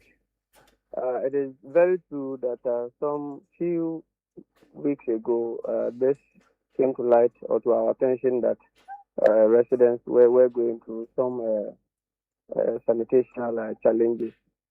So if you ask who is responsible, that is the responsibility of the municipal assembly with support from my outfit. It is the responsibility of the municipal assembly to ensure that we have clean sanitary area for residents. With you being part of the assembly, I'm wondering, is the assembly aware of the current condition of this particular facility? Thank you. That has been brought to the attention of the assembly. Even prior to the publication of this news, the management of the assembly were working closely with me to see how we can address the situation. Thankfully, as we speak at the moment, the heap of refuse that were found at that particular location has been cleared by the municipal assembly, and the toilet facility that was posing life threats to residents has also been pulled down by the municipal assembly. So we have also taken measures to get a third party to manage the new facility that was abandoned some years ago. Yes, there were some few works that needed to be done on that facility, and we were actually waiting to seek support from elsewhere to be able to have it completed. And so currently, as we speak, the refuse has been cleared. The old toilet facility has also been pulled down and the place cleared to ensure that our people are safe from the outbreak of cholera, typhoid, and other related diseases. So as we speak right now, there's somebody at the new facility, that's a caretaker, who is currently managing the new facility temporarily, because we couldn't have pulled down the old one when we do not have the other one operating. That would have, would have brought some kind of burden to the people as to where to ease themselves or feed themselves when they needed to. So that has been done. We have cleared the place. We have the new toilet facility also opened for temporarily, and that is through the hard work of the municipal assembly and my office. Sorry, so the line was breaking a little bit. Did I hear you say the new facility has been opened for use for the residents? Yes, that has been opened temporarily for use because we needed to do some few plumbing works. When I assumed office, I tried to get a place connected to electricity. I got the mechanized borehole, the pump of the mechanized borehole replaced. But when we tried pumping in some water, we realized that there were some leakages somewhere.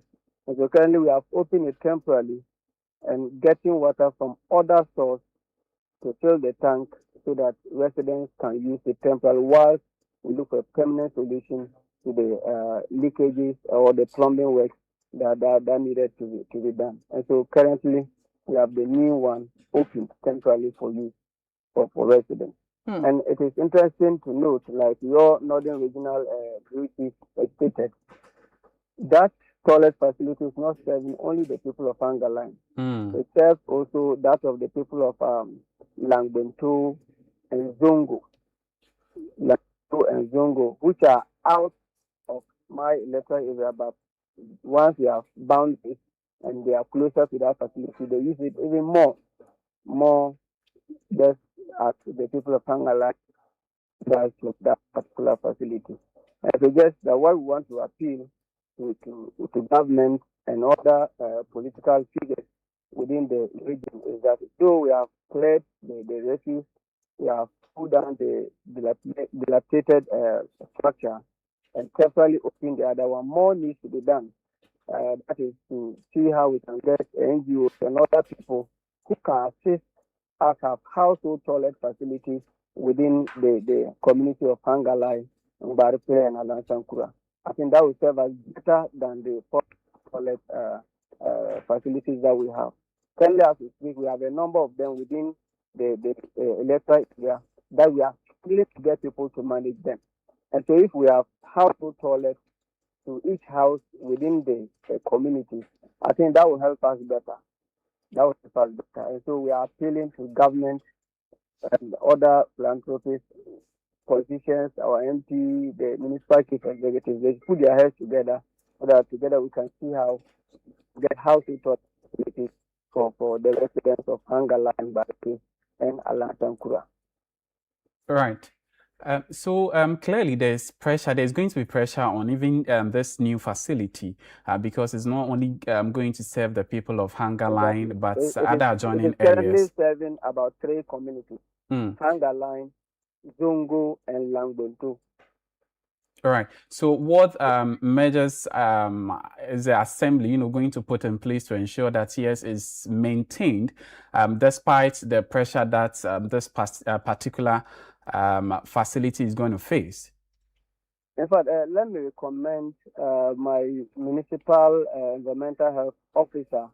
He has been working closely with me to see how we can solve the situation permanently. So after clearing and taking the refuse around that place, we are struggling also, apart from getting somebody to manage the toilet facility. We are also looking for somebody who will be solely responsible for the refuse that comes into that area. We have 2 containers there. So if we have that person there and anybody comes to dump refuse, the person will watch or to assist the person to be able to dump into the container so that we will not have the place filtered again. And so that has also been worked on with my municipal environmental health officer. We have gotten a temporary person also to take care of the waste bin containers that are stationed at this area. And so, in fact, the assembly itself is doing a great job when it comes to sanitation issues. We have cleared that place a couple of times. Just that we need residents to also, discipline themselves on refuse disposal. Sometimes they bring in children that are not of age, children who cannot dump into the waste bin container. So when they come, they dump the refuse anyhow. And so we are also putting in measures that when we get any child that comes to dump refuse, we summon the parents, ask why they did not come to do that on their own, but rather sending children who are not of age to be able to reach onto this waste bin container to dump refuse. And so we are working on that measure also to make sure that we get some culprits to serve as a warning to all these that we have been talking to. Mr. Komate, you keep saying the new facility is temporarily opened. So it means at any point in time, if things are not going well, you can close it again. In the event where you close it, how will residents in the community ease themselves? I am not sure we will close that facility. I use the word temporarily because some work needs to be done to ensure that we have a free flow of water. We have everything working properly. So currently, as we speak, everything is not working properly. We are just looking for an alternative way to ensure that that facility is working or is open for residents. For residents. And so currently, as we speak, there are no plans to have it closed again. And that is why we pulled down the old structure that was serving as a death trap to users. So the other one that we have opened, do I use the word temporarily, but we are not going to close that facility anytime soon. but rather we'll put in measures to improve on its operationalization. Thank you very much, Mr. Godwin Kumati. He's the Assembly Member for Al-Hassan Kurang-Baripe electoral area. We now have the Municipal Environmental Health Officer, Zachary Budali. Good morning, sir. Yeah, good morning. I trust you're doing well. Oh, thank God. All right. I believe you are aware of the situation, the sanitation crisis at Hunger Line in the Savannah region. Has this come to your attention? Yeah. Good morning once again, madam. Yeah. Pertaining to the Hunger Line Al-Hassan Kurang issue, I sincerely take it up with my coordinating director through the municipal chief executive. So when that issue comes to my notice, or when I meet my supervision and saw such a so that we put it, we'll make sure that we put it into good use. So by so doing, we as an assembly, it's our mandate to make sure that the environment is safe for the people. So what we do is that we take it upon ourselves to evacuate the refuse dump at the site, which there is a toilet facility there that is not functional. It's not good at all. So later then we pull it down, and there's a new toilet beside it that was built years back that was not put into good use. So I discussed that with my coordinating director, with the MCE.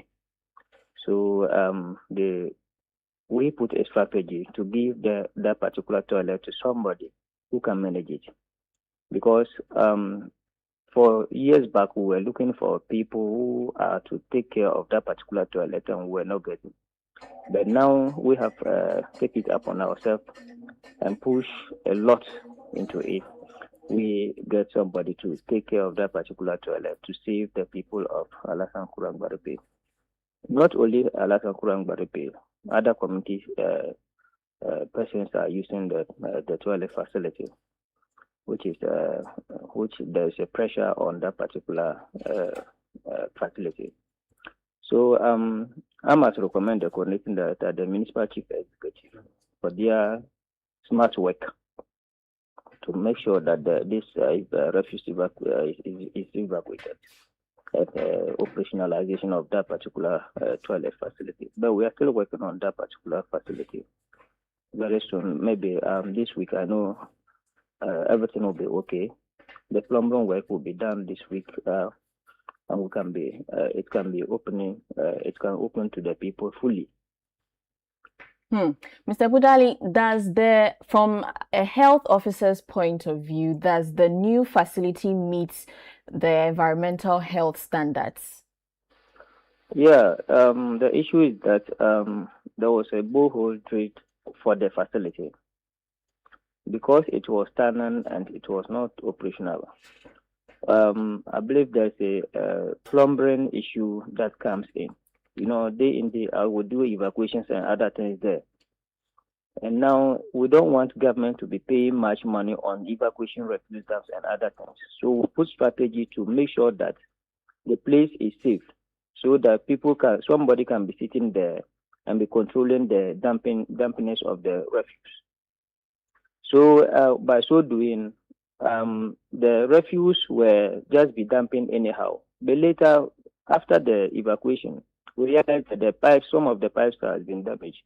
So the municipal chief executive put it upon himself for us to work on it, so that the water can be flowing 24/7 to save the facility.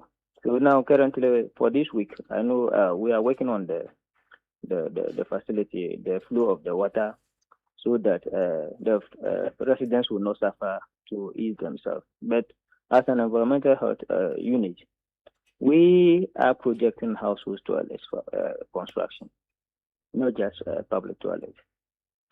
And there's a policy that we are not supposed to even construct public toilets for residents. We are only projecting household toilets. That is where households can also manage their household waste.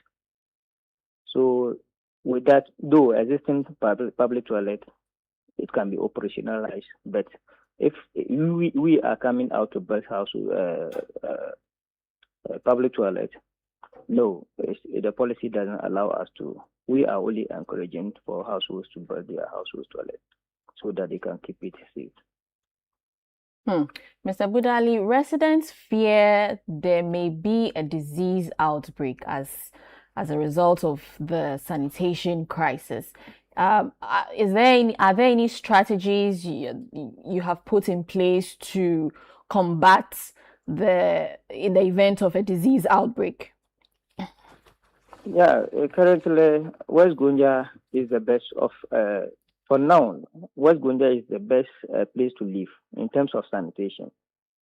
I must commend the municipal chief executive. He's very active on that, and he doesn't joke with the sanitation aspect.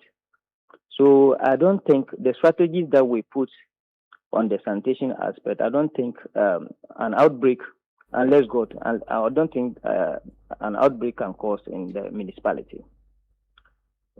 Because on the aspect of the refuse dams, even if you ask of the Ahanga line, we call a place that is 77 Galamsey Junction. That place, for 3 years now, we have put strategies. And for 3 years now, we haven't done any evacuation. Even now, if you go there, you can sleep there. And there's 2 containers standing there. We put somebody sitting there controlling the container. So as we evacuated the 77 Junction currently, that's how we are going to put. So that place will not be put in a mess. So that is the strategy that we are using now. And all the time, we make sure that the truck will come and pick the container as fast as it's full. Thank you very much, Mr. Zachary Budali. He's a Municipal Environmental Health Officer with the EPA there.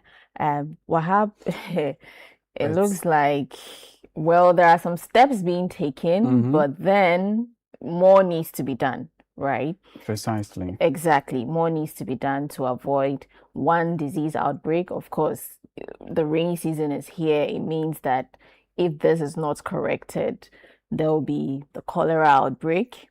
And also especially because the new facility is open temporarily. Yeah. Because it's not really up to ready for use. He was talking about water, and toilet facility and water, they go hand in hand. Yeah. So what happens if they do not have reliable access to water? It means the place is going to be messy, and because residents do not have any alternative, it's either they resort to open defecation or they still visit this unsanitary place, and what happens next? They're going to end up with infections, particularly the women, and this is very serious. And this is like almost the same when it comes to public toilet facilities. Somewhere much, I worked on a story where I was looking at, it was a comparative kind of thing, comparing private toilet facilities to that of public. And when you go there, when you go to the public toilet facility, you'll be amazed. It's almost the same. It's like as if there's no difference. There is no. They are the same thing. The walls cracked, the roofing sheets, rusted with visible holes in them, and there is no water hand washing kits for people to even use after visiting the place. What happens if they go and they do not get running water to wash? And it's a whole lot of things, and the story is very different when you visit the private toilet facility. So clearly it has to do with the management and supervision of these facilities, because they don't access the place free of charge. They pay something, and something must be culminated. It must be put to use. What am I saying? It must be put to use, that it must be used to maintain the place so that all the time it is that good for people to come. And this always happens when there's change of government. The assembly, the reason I asked the assembly member for the area who is responsible for maintaining the place, because Mostly the assembly members oversee the toilet facilities in their area. And I remember speaking to one assemblyman, and he told me there are a lot of toilet facilities in his electoral area. So should he win, he's going to make a lot of money. Wow. Yes. Because they are like intermediaries between the managers, the facility managers and the assembly. Yeah. So they oversee that. They will come and they give them sales, the expected amounts that they are supposed to produce, say, a week or a month. So if they do that, they also have their own share in that. Wow. And they do not really care about how the place look like, probably because they do not even use the place. And that is a leadership issue that must be looked at. So always there's tension after assembly elections when the change there's a change in leadership at the local level. This serious because I don't simply understand why from the onset we've seen this going wrong and we sit aloof, allow it to get to the worst level. But I think if households can also afford, they can also invest in their own facility, right? To reduce the pressure that would be on the public one, to also avoid the outbreak of disease and all of that. So benevolent individuals out there, NGOs, please come out and support them to have one facility per household, right? The assemblies should just enforce that bylaw. It is there. They are sitting in our books and all that. They are there. There is a national environment sanitation policy that says every household must have a toilet facility. I was coming and to all that. And but you see, supported by local government act. Our problem in this country is when it comes to laws, we have a lot. For every offense, for every situation, there is a law. But then our problem is the enforcement. We have so many laws in this country, but when it comes to enforcement, you don't know what happens. It's like we automatically forget that there is a law that is supposed to deal with a certain situation and whatnot. Because I simply do not understand why in this age and time you put out a residential facility and would not consider featuring a toilet facility in there. How? And they go for permits from these same assemblies.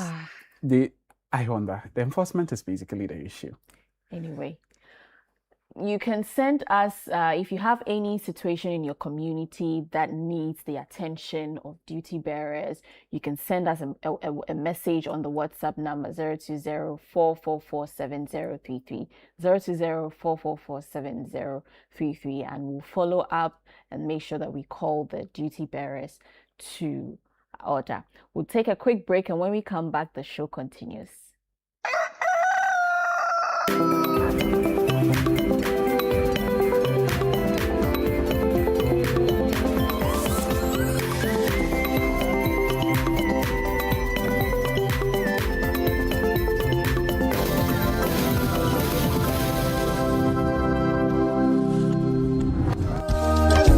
Looking for everything made in Ghana?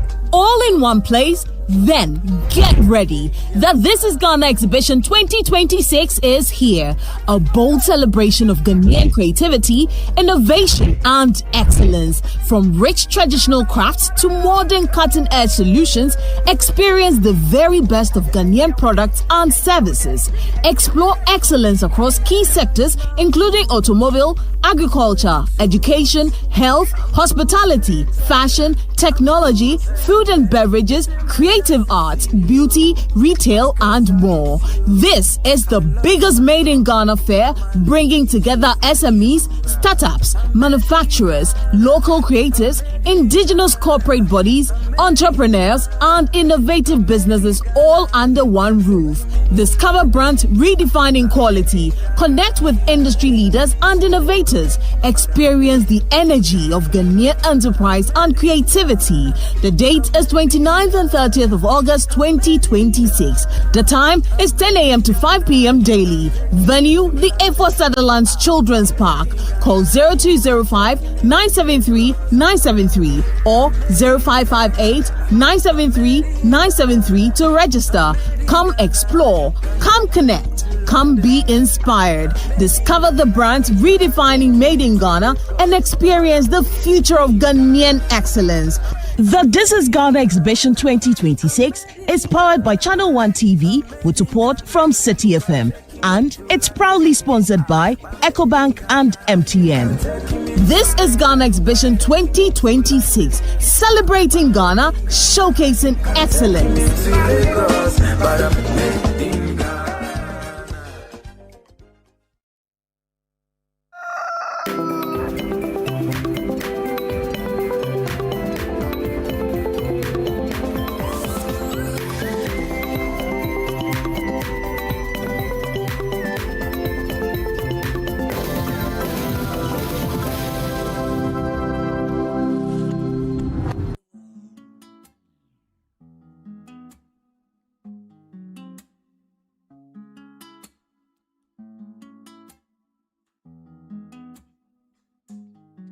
Je lève ma voix à mon âme. Tout ce grand feu qui brûle en moi. Bien pur que tu le saches, que je ne suis pas lâche. Ton mot sans moi deviendrait sans froid. Oh, oh, oh, oh, oh. Bah, pourquoi je suis moi? Pourquoi tu es toi? Pourquoi sommes-nous là? Pourquoi cette bataille? Pourquoi c'est comme ça? Demande que ça va pas. Maman, ça va mal, ça ne va pas. Serre-moi la main, oui, refaire le monde. Changeons celle-là.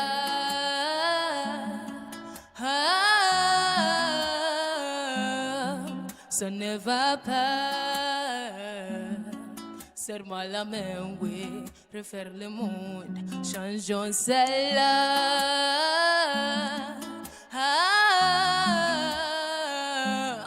Prends pas du plaisir à voir les larmes d'autres rire. Redonne-lui sa vie, oh, redonne-lui sourire. Apprécie la vie, soleil qui louit, l'esprit qui veut vivre. Prenez-moi, respirons. Le délire, ça suffit, oui, ça suffit. Oh, oh, eh. Bah, pourquoi je suis moi? Pourquoi tu es toi? Pourquoi sommes-nous là? Pourquoi cette bataille? Pourquoi c'est comme ça? Dans mon cœur ça va pas. Maman ça va mal. Ça ne va pas. Serre-moi la main, oui. Refaire le monde. Changeons celle-là.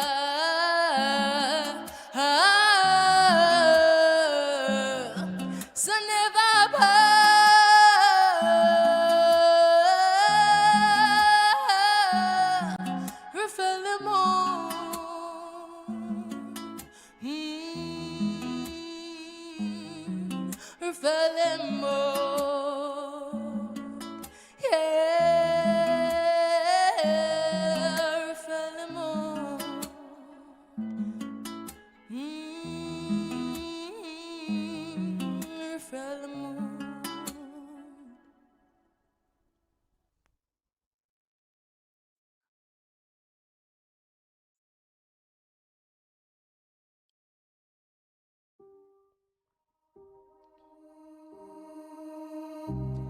First chapter of my life came in with a lot of smiles.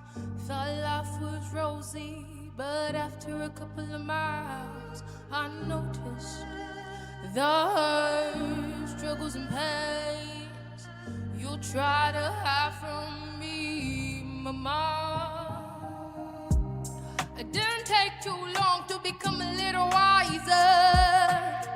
You ought to be written or be the writer. I came to understand that many things where they glitter are not always the things we're gonna make you a winner. A bottle it up,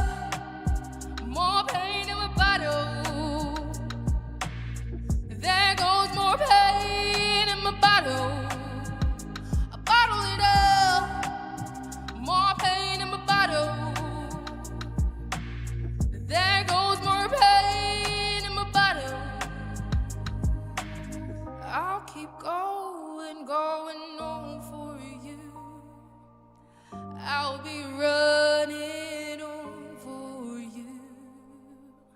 I'll be singing on for you.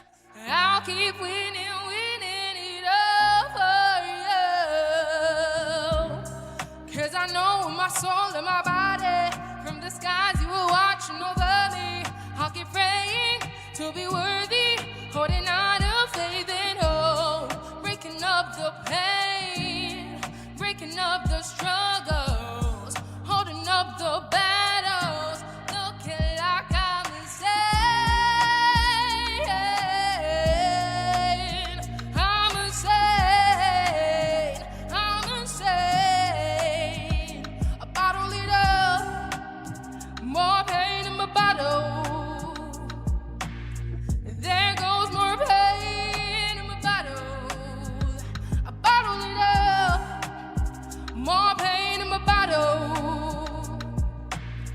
There goes more pain in my bottle. Should I let it out? Should I break it all up? There goes more pain in my bottle. Should I let it all out? Or should I break it all up? There goes more pain in my bottle. Should I let it out?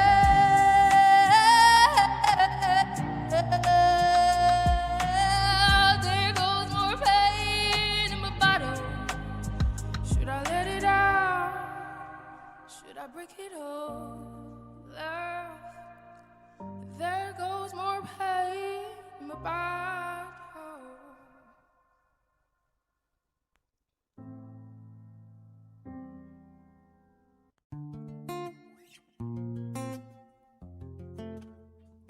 I was once at the bottom, now I'm here. Was down in the mud when no one cared. Had to fight or I had to face my fears. Wipe my face and forget my tears. I know come from a family where ghetto. I know come from a party with the best. I just wanna make it quick, out of stress though. Oh joy, your girl is in distress. Bless my soul, bless my hustle, bless my game, bless my fame. A glass of lemonade, last served me lemons. I squeezed it and turned it into juice. A glass of lemonade, a little ginger, some sugar with ice. I mixed it twice. A glass of lemonade, this is what I made with my life.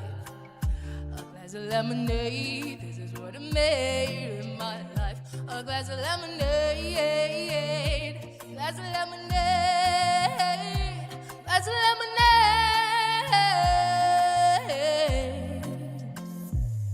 And if I stumble, my fire I'll double. 'Cause I know it from far away. I'll remain humble. Throw you poncho if you try to steal my lunch away. 'Cause mama once told me, girl, make you think twice in your life. If life gives you dilemma, only take one step back, comprehend before act. Oh mama, I listen to you mama. What you got, mama? Hey, I dedicate to mama. All the winners, mama. We'll be chillin', mama. Hey, we'll get there. We'll get there. We'll get there. We'll get there. We'll get there. We'll get there. We'll get there. A glass of lemonade, life served me lemons, I squeezed it into juice. A glass of lemonade, a little ginger, some sugar with ice. I mixed it twice. A glass of lemonade, this is what I made with my life. A glass of lemonade, this is what I made with my life. A glass of lemonade, glass of lemonade, glass of lemonade. A glass of lemonade, a glass of lemonade, a glass of lemonade.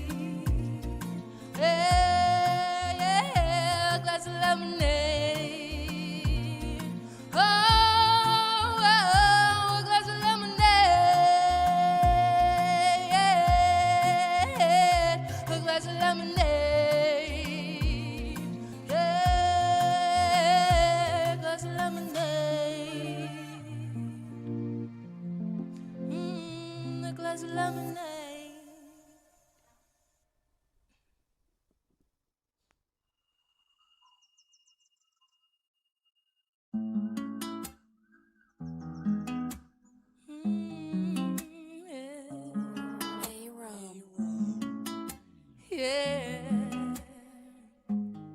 Je lève ma voix, mon âme. Tout ce grand feu qui brûle en moi, bien pur que tu le saches, que je ne suis pas lâche. Ton mot sans moi deviendrait sans froid. Oh, oh, oh, oh, oh. Bah, pourquoi je suis moi? Pourquoi tu es toi? Pourquoi sommes-nous là? Pourquoi cette bataille? Pourquoi c'est comme ça? Demande que ça va pas. Maman, ça va mal. Ça ne va pas. Serre-moi la main, oui. Refaire le monde. Changeons celle-là.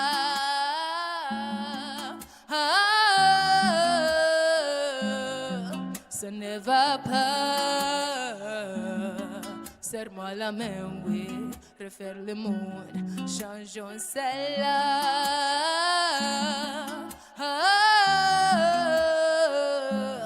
Prends pas du plaisir à avaler l'âme d'autrui. Redonne-lui sa vie, oh, redonne-lui sourire. Apprécie la vie, soleil qui louit, l'esprit qui veut vivre. Prenons, respirons. Le délire, ça suffit, oui, ça suffit. Oh, oh, hey. Bah, pourquoi je suis moi? Pourquoi tu es toi? Pourquoi sommes-nous là?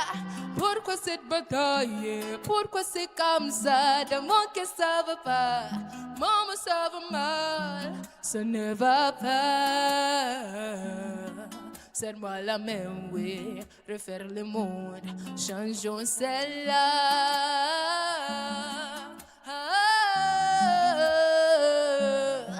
Ça ne va pas.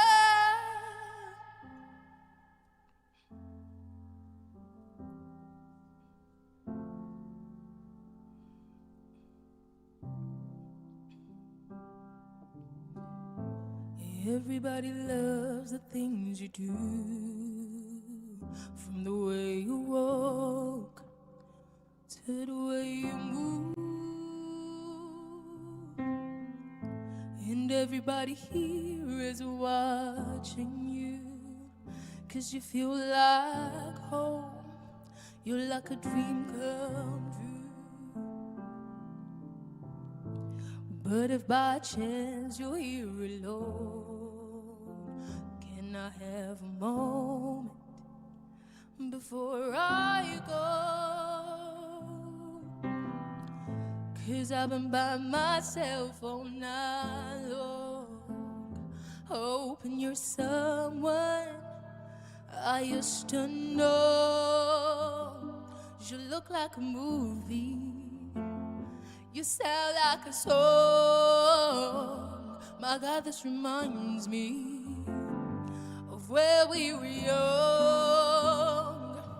Let me photograph you with this light, in case it is the last time that we might be exactly like we were before we realized we were sad of getting old and made us restless. It was just like a movie. It was just like a song. I was so scared to face my fears, 'cause nobody told me that you'd be here. And I swear you moved overseas. That's what you said when you left me.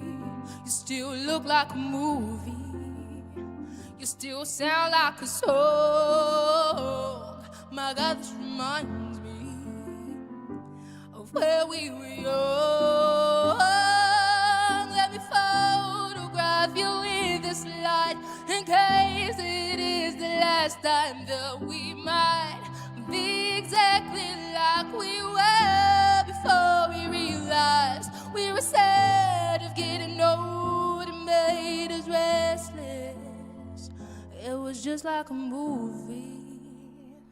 It was just like a song. When we were young, when we were young, when we were young,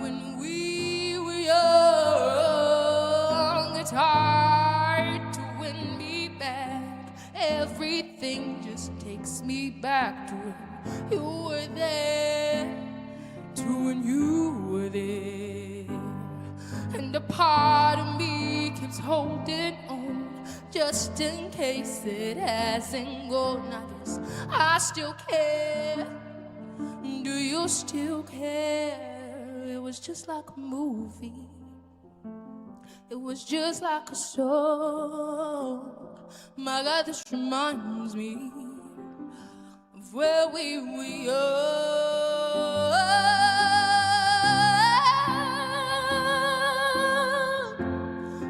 Oh, let me photograph you with this light, in case it is the last time that we might be exactly like we were before we realized we were scared of getting old and made us restless. Oh, I'm still mad, I'm getting old, it makes me reckless. It was just like a movie. It was just like a movie. It was just like a song when we were young.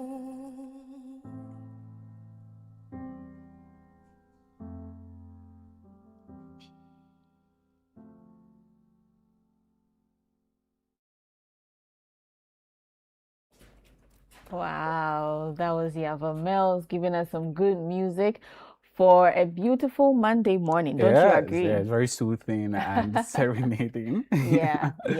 But now it's time to talk about This is Ghana Exhibition 2026. We've been talking about it over and over again because we don't want you to miss out on something really, really good. And so the This is Ghana exhibition is happening on the 29th and 30th of August 2026 at the Afua Sutherland Children's Park. And Wahab, let's tell them why they can't afford to miss this year's exhibition. You see, this is not only about you coming to display your products or your services that you offer. Yeah, the emphasis on made in Ghana. We are very particular about that. It's not only about that, right?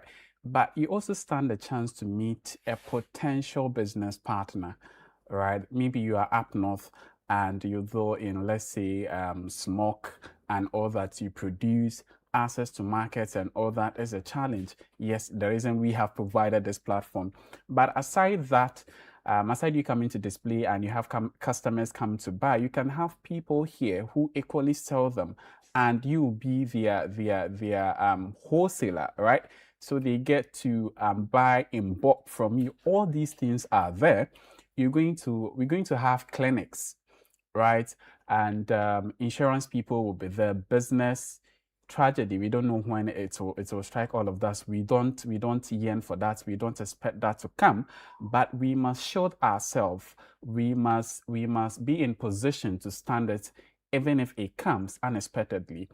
This is another opportunity that you're going to get at the fair. We would have insurance companies coming there to educate our entrepreneurs on insurance, to educate them and all that. We have financial institutions. EcoBank is going to be there. They have a lot of amazing packages. Access to capital for especially startups is a challenge. And the reason EcoBank is there to offer all of that, right? How to plan, even you are operating a business entity, you have to have, different accounts. What goes here? You don't have to put everything in one, right? But if you have specifically what goes here, what comes here, you are able to plan accordingly, right? So with these and a lot of this, and also, Channel One, we are everywhere. We tell your stories and empower change. Our cameras are going to be all over. Our people will be on ground, speak to you. We will capture you. It will be there. That's just like a free advert. You're not paying a dime, right? So be there. This and a lot more opportunities will be at the Afua Sutherland Children's Park on 29th and 30th of August from 10 a.m. Every day. So we'll be there. Just call us on 0205 973 973. 0205 973 973 or 0558 973 973. Call us and secure your spot. In fact, I know you don't want to miss this opportunity. Don't let that devil tempt you to miss this rare opportunity. Don't let. So call us on those numbers and get to be part of an exhibition for local SME startups, everything. And even if you are not in a business entity, you are not an entrepreneur, but you have intentions of, starting something business, and especially something produced here right here in Ghana, then be there, because these clinics that we're going to set up, it's free, and for our patrons, that's a bit mind blowing. Right, we're going to bring everything from automobile to agribusiness to fashion, cosmetics, everything. Yeah. We are not excluding everything. And guess what? Not only the tangibles, but even services. Financial institutions are going to be there.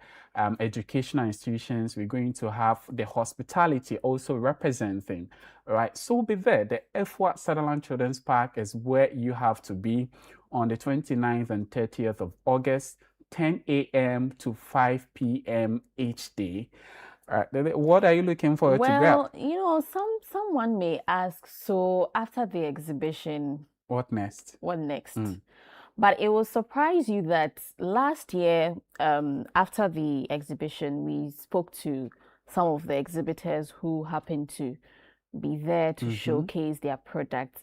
And they will tell you that after the exhibition, they kept receiving calls from patrons asking about their products and how they can get some of the products and all of that. So the exhibition doesn't end there. Your sales doesn't end there. After the exhibition, trust me, you would receive calls, messages asking about your products, asking about your services and all of that. So do well to be part of this year's exhibition. And then also we are giving you a platform, a global platform.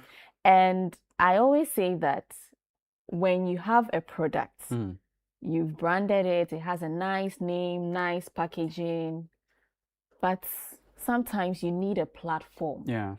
And we are giving you that platform, a global audience, a global market space to showcase your products to the rest of the world, to the rest of Africa and the rest of the country.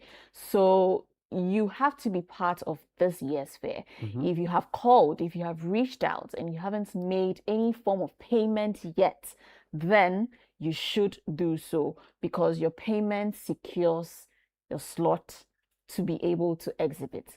So if you haven't reached out yet, you can reach out and follow up with payment, and then your slots will be locked like that.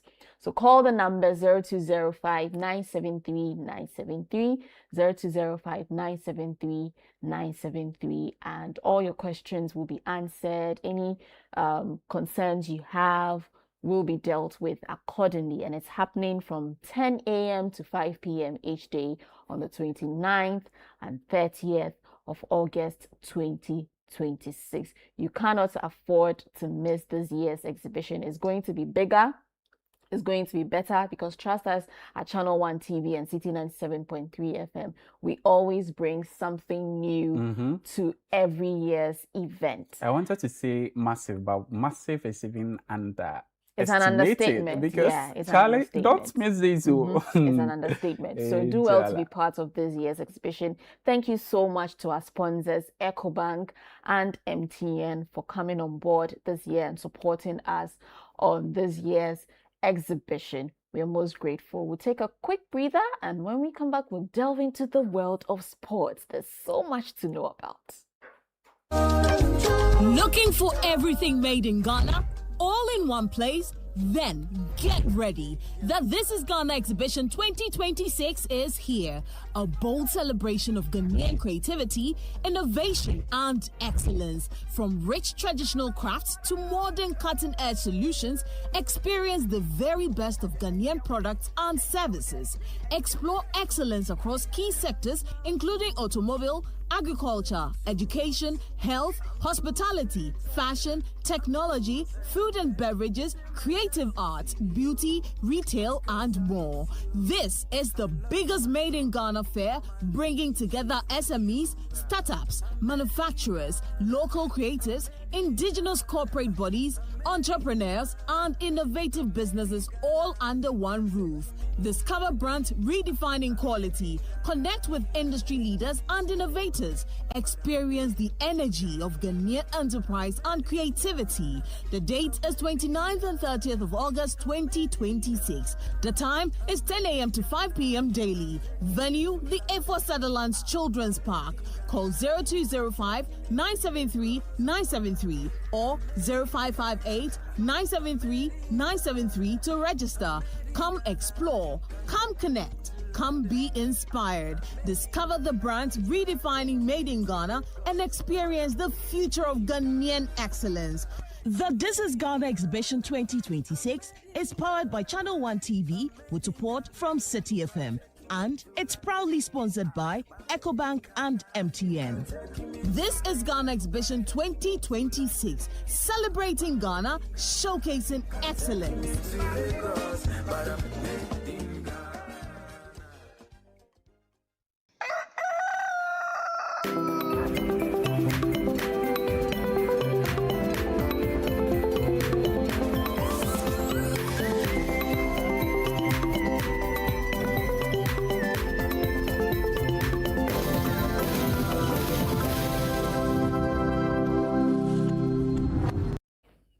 All right, welcome back. This is the Breakfast Daily right here on Channel One Television. And as Lady told you earlier, we taught into the world of sports, bring you up to speed with what is happening there. And we have Yao Eji Minta in studios Mint. with that. Yes. Mr. Mint, you know, had a... Oh, sorry, sir. Mr. Mint. Yes, Lady Davis. Yeah, Abdul Wahab. You're Good welcome. morning. Good morning. Thank you very much for having me. How was your weekend, though? Oh, it was solid. It was solid. Had a good rest? A little bit. A little bit. What is happening with our Black Queens Mm, and the yeah. sports ministry, and do they owe them? Have they been paid? Let's understand. At this point, per the communique of the Black Queens, the sports ministry owes them. I think that issue is because of a miscommunication. Right. I hate to sound like a broken record, but I lay this one at the doorstep of the FA, because the ministry does not communicate directly with the Black Queens, Okay. and the Black Queens do not communicate directly with the ministry. That's the reason why the FA have set up a management committee So for the they are Black the Queens. middlemen. So they are the middlemen, Okay. the liaison. Okay. And unfortunately, I said there was a miscommunication because if you look at the communique of the Black Queens, they stated a letter, Yeah. or they released a letter. The sports ministry responded to the Responded, letter, yeah. and then the Black Queens responded to that Again. letter that they Mhm. released. Mm. So this back and forth is down to a communication gap. So if you look at the ministry, what they stated that per diems owed the Black Queens from July 24th has been sorted. But what of the July 11th? Till the end of the AWAFCON campaign, which ended, I believe it was Friday, August 14. They sorted it out. August 18. They sorted it out. But But they the started Black Queens campaign on the believe that July they 11th. started campaign on July 11. Mhm. And so if you are going to pay the money, it should start from July 11 Mhm. and not July Exactly. 24 Okay. as it was stated in the sports ministry's But what was the agreement statement. between them And the that's sports where the That's the bone of GFA comes contention. in, because you are the ones who are managing the group. Yeah. I mean, the sports ministry deals with a lot of sports disciplines. Mhm. And so they rely on the information that you give to them to be able to act on. Then they push it to the finance ministry, they process it, they bring in the money, then they give it to the FA for further disbursement. And so if the communique from the FA was wrong, Mhm. they will also get it wrong. Right. And so they are going at each other. And for me, it just boils down to a lack of trust, because if you look at last year, there was a similar issue Yeah. Yeah. where the girls had an issue with the minister that he allegedly said that if you do not want to take this money, you can leave. Yeah. We will replace you with other people. And the sports minister claims that he never said those words. And so there was a clear breach of trust between those two entities. So with this happening, I'm not surprised, honestly. And it should have informed what last year's issue or event should have informed the ministry to be very proactive and very clear with their messaging and any information and any and every activity that they undertook concerning the Black Queens should have been documented right from day one, and to ensure that none of these issues would have popped up. If they had done that and gone ahead to say that we've done everything in our part to ensure that we don't owe them anything, and that it should be looked at from the angle of maybe the FA not being able to give us a proper information. All of these things wouldn't have happened, and the sports ministry wouldn't necessarily be the target of the Black Queens ire. And so, yeah, it is messy. It is messy. Transparency at this point is questionable in At this point, transparency, the ministry have tried their best to ensure that, we've delivered everything. We are transparent in our dealings. But the Black Queens don't see it so. Because if you look at the letter beyond the per diem request that they made, they also stated that where is the qualification bonus? The qualification to the WAFCON, this year's WAFCON that recently ended. Unlike last year, they didn't get any bonus. Last year, once they qualified, they got a bonus. So they're asking, why is it that last year we got a bonus and this year we didn't get a bonus? Exactly. So again, it goes back to transparency. So the ministry should have stated clearly that, okay, yes, last year we hadn't qualified to the WAFCON in a while, so it was maybe a boost. But this year, because we qualified last year and just a year after we are playing another WAFCON, this time around we are scaling back. There's no qualification bonus. If that had been communicated from the beginning, no problem. Wouldn't be expecting but there was no communication whatsoever. So that's why the Queen stated in their letter that, okay, beyond the per diems and all the outstanding bonuses, you didn't give us the qualification bonus either. So it's just a back asking for it. It means they promised that there was going to be a qualification bonus. No, they stated in the letter that last year we got a qualification bonus. So why is that this year we didn't get a qualification bonus for making it to the WAFCON? And like I said, if the ministry had been proactive and had been very transparent in their communication, they could have easily told the FA and got it further communicated to the girls that last year we hadn't qualified to the WAFCON in a while. And so the qualification bonus was more or less like a stimulus, like a financial package to give you guys a boost. But last year we competed in the WAFCON, and this year we are competing in the WAFCON. So if you've qualified to the WAFCON, okay, this time around, maybe we are scaling down a little bit. So there's no qualification bonus. It ends there. But there was nothing whatsoever. So yeah, they stated in their letter that they need those demands to be met. Interesting. Unfortunately, we could, the Black Queens could not, qualify to the World Cup via an automatic slot, and now they have to go through that winding, the long journey, and it's very sad. The draw for that particular competition, the playoff, it will take place in Zurich, in Switzerland, on August 20, and so we'll see the teams that the Black Queens will be going up against. So that's just phase one. Once we qualify beyond that, then there's another one. There's another hurdle. So we have to do permutations and all that. A lot. I mean, so many, and that's why people are very low when it comes to their expectations for the Black Queens to qualify. But the picture you see behind me is not a picture of the Black Queens. This is the Black Princesses. They're under 20 women's national team, and they will be traveling. They traveled this past weekend to Poland, where they will be competing in the 2026 Women's Under 20 World Cup. And so, they made their move to Poland this past weekend, and we are hoping to see them qualify beyond the group stage for the first time. Qualifying to the World Cup, it hasn't been an issue for the Black Princesses. I believe this is their 8th time qualifying to the Under-20 Women's World Cup, but they haven't progressed beyond the group stage, and that is the target this year. But as we mentioned earlier, the WAFCON, it concluded this past weekend.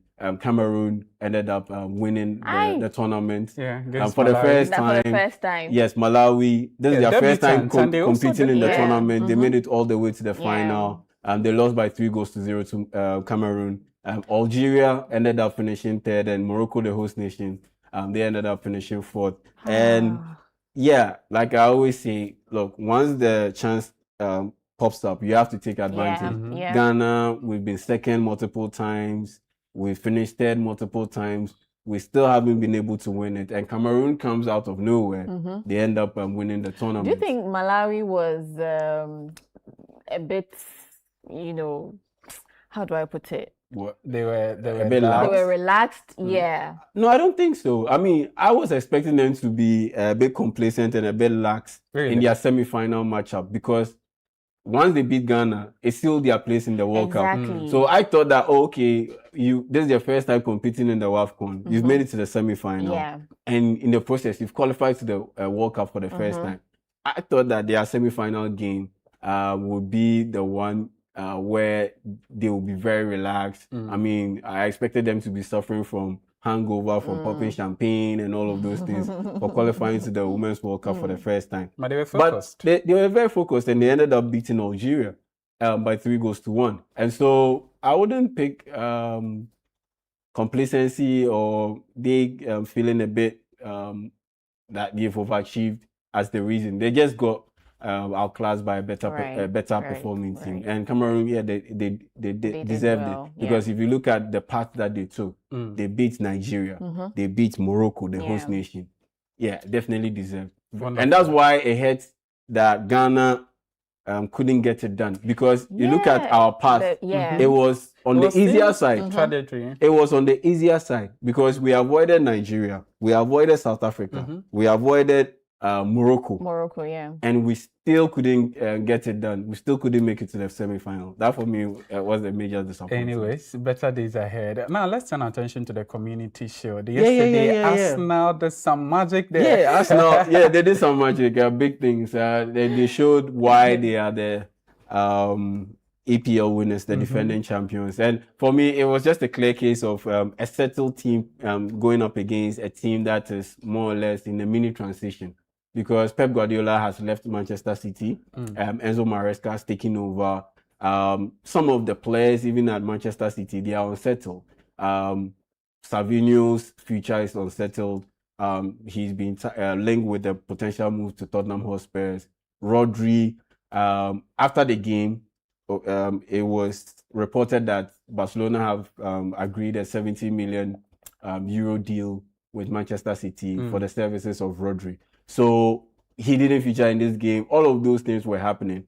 And once a new coach comes in, after Pep Guardiola spent 10 years at Man City, it will take a while for the new team to gel with the coach. And especially on the back of a situation where you have players coming back into camp quite late because of their participation in the World Cup. So preseason happened. The players were coming in bits. One will come because his country got eliminated.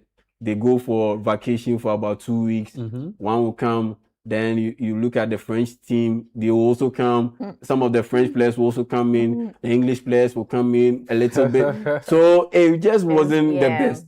And you could tell, first minute, Arsenal scored a goal. It was so clear. It was so clear that they were the more settled side because their manager is the same. A lot of their players were present. You didn't have too many moving parts in there. So, yeah, I was a bit surprised with the scoreline, 3-0. But I wasn't surprised with the outcome that Arsenal ended up beating Manchester City. So, big win, deserved win for Manchester City. Yeah. And for Arsenal. And for me, for Arsenal. And for me, honestly, I think Arsenal are the team to beat in the English Premier League. It starts this weekend. This weekend with Arsenal taking on Coventry City. Caleb Ewanchi's Coventry City will be in action against Arsenal. And he played in the preseason game, his first game, and he got an assist.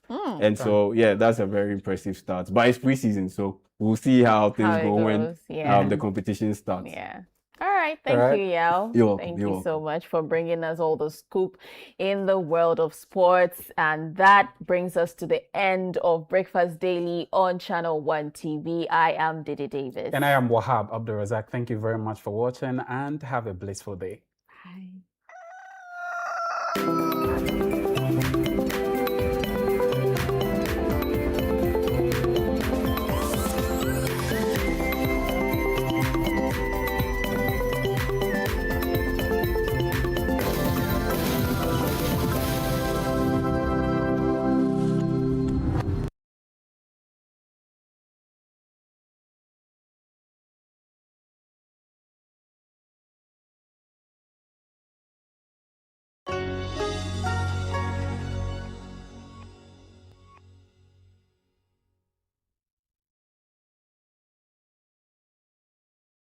The Community Tracker is a parliamentary accountability project, a collaborative initiative between Channel One TV and the African Center for Parliamentary Affairs. Serving as an evidence-based project, Community Tracker documents and assesses development projects across constituencies in Ghana. The initiative includes the development of an attractive database map that identifies and tracks infrastructure projects, making information publicly available and promoting greater accountability. The program empowers communities to identify their priority development needs, monitor project implementations, and hold duty bearers accountable for the delivery of public services. It provides visibility for members of parliament who are delivering tangible development outcomes in their constituencies. Through the tracking and documentation of constituency-level projects, the program seeks to strengthen accountability in public infrastructure delivery while giving communities a meaningful voice in evaluating the impact of development interventions. The Community Tracker airs on Mondays at 7:30 p.m. with repeat broadcasts on Tuesdays 11 a.m. and Saturdays 5:30 p.m. only on Channel One TV. Looking for everything made in Ghana? All in one place? Then get ready. The This is Ghana Exhibition 2026 is here. A bold celebration of Ghanaian creativity, innovation, and excellence. From rich traditional crafts to modern cutting-edge solutions, experience the very best of Ghanaian products and services. Explore excellence across key sectors, including automobile, agriculture, education, health, hospitality, fashion, technology, food and beverages, creative arts, beauty, retail, and more. This is the biggest Made in Ghana fair, bringing together SMEs, startups, manufacturers, local creatives, indigenous corporate bodies, entrepreneurs, and innovative businesses all under one roof. Discover brands redefining quality, connect with industry leaders and innovators, experience the energy of Ghanaian enterprise and creativity. The date is 29th and 30th of August 2026. The time is 10 a.m. to 5 p.m. daily. Venue, the A4 Sutherland's Children's Park. Call 0205 973 973 or 0558 973 973 to register. Come explore, come connect, come be inspired. Discover the brands redefining Made in Ghana and experience the future of Ghanaian excellence. The This is Ghana Exhibition 2026 is powered by Channel One TV with support from City FM. And it's proudly sponsored by EcoBank and MTN. This is Ghana Exhibition 2026, celebrating Ghana, showcasing excellence.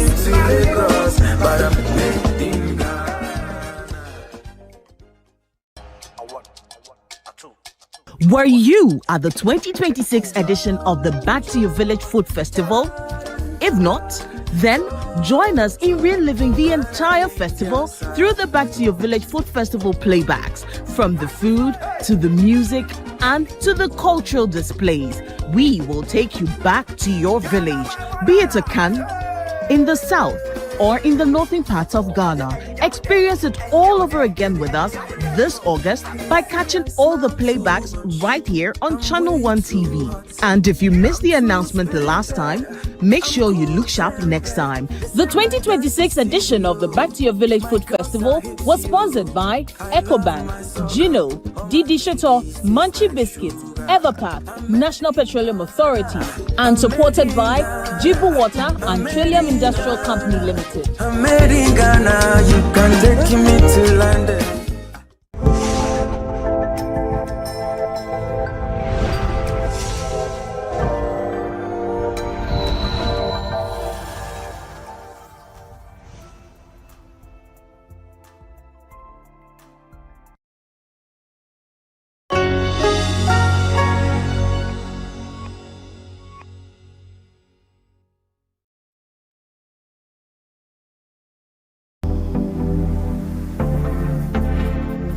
Here at Accra Fashion Week, diversity is on full display.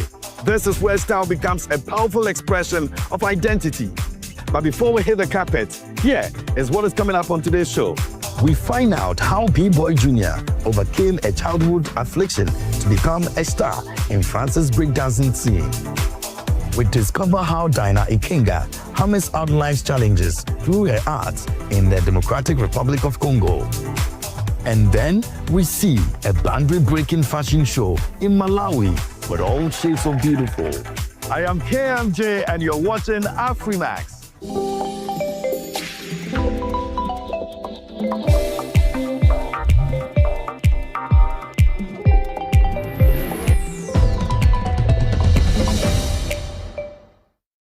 We are starting in Kenya at a restaurant with a difference, where every waiter and waitress are hearing impaired. So, how do you place an order? Let's find out. Nobody will understand you in this cafe in Nairobi, even if you order in a local language without an accent. And shouting won't make it any better. And yet, the guests here look completely satisfied. But why? The main reason why I come here to Toilet Cafe is because the waiters here can just read your wish from the lips. And that is true. At Palette Cafe, you don't have to say a single word to order. A sign is enough, or rather, sign language. Wondering why or what happens if you don't know sign language? Most of the staff are hearing impaired and therefore communicate using gestures and strong facial expressions. And last but not least, the prints on their shirts helps to avoid misunderstandings. And therefore, we go into how the cafe is helping to strengthen the deaf community in Kenya. Let's look at how it came about in the first place. Palette Cafe is a place where people who are hearing impaired have been hired, from the kitchen to the management to any sector of the business. The main reason that I joined here was actually it's pure humanity and help people, and what I was doing before as an aid worker, so linked up the aid working side of me into the business, and that's what made us to create this beautiful space.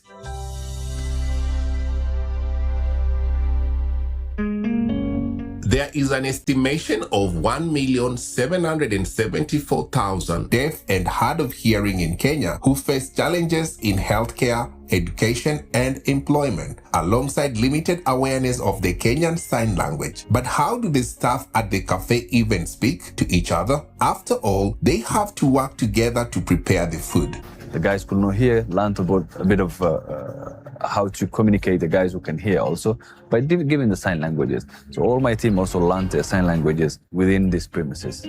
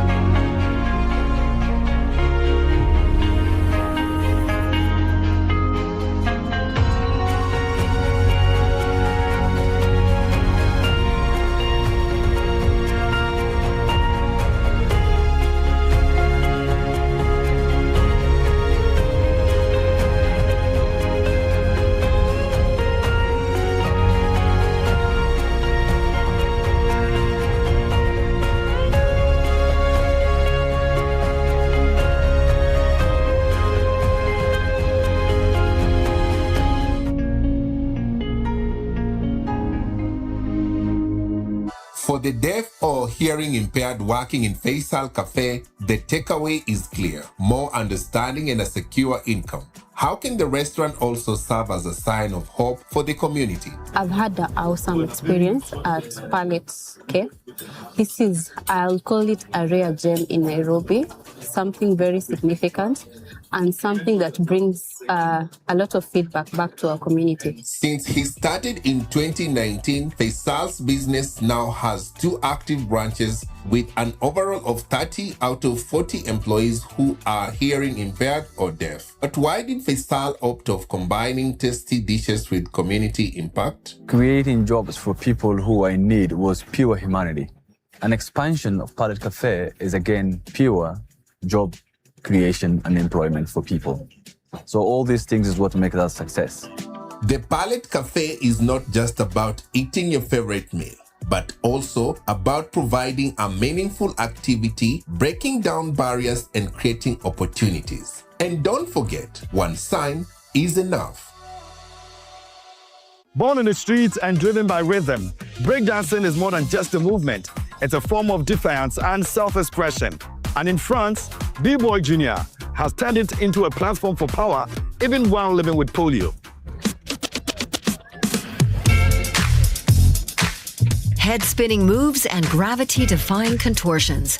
Breakdancing is a highly athletic discipline. But how do you perform it when you have a physical disability?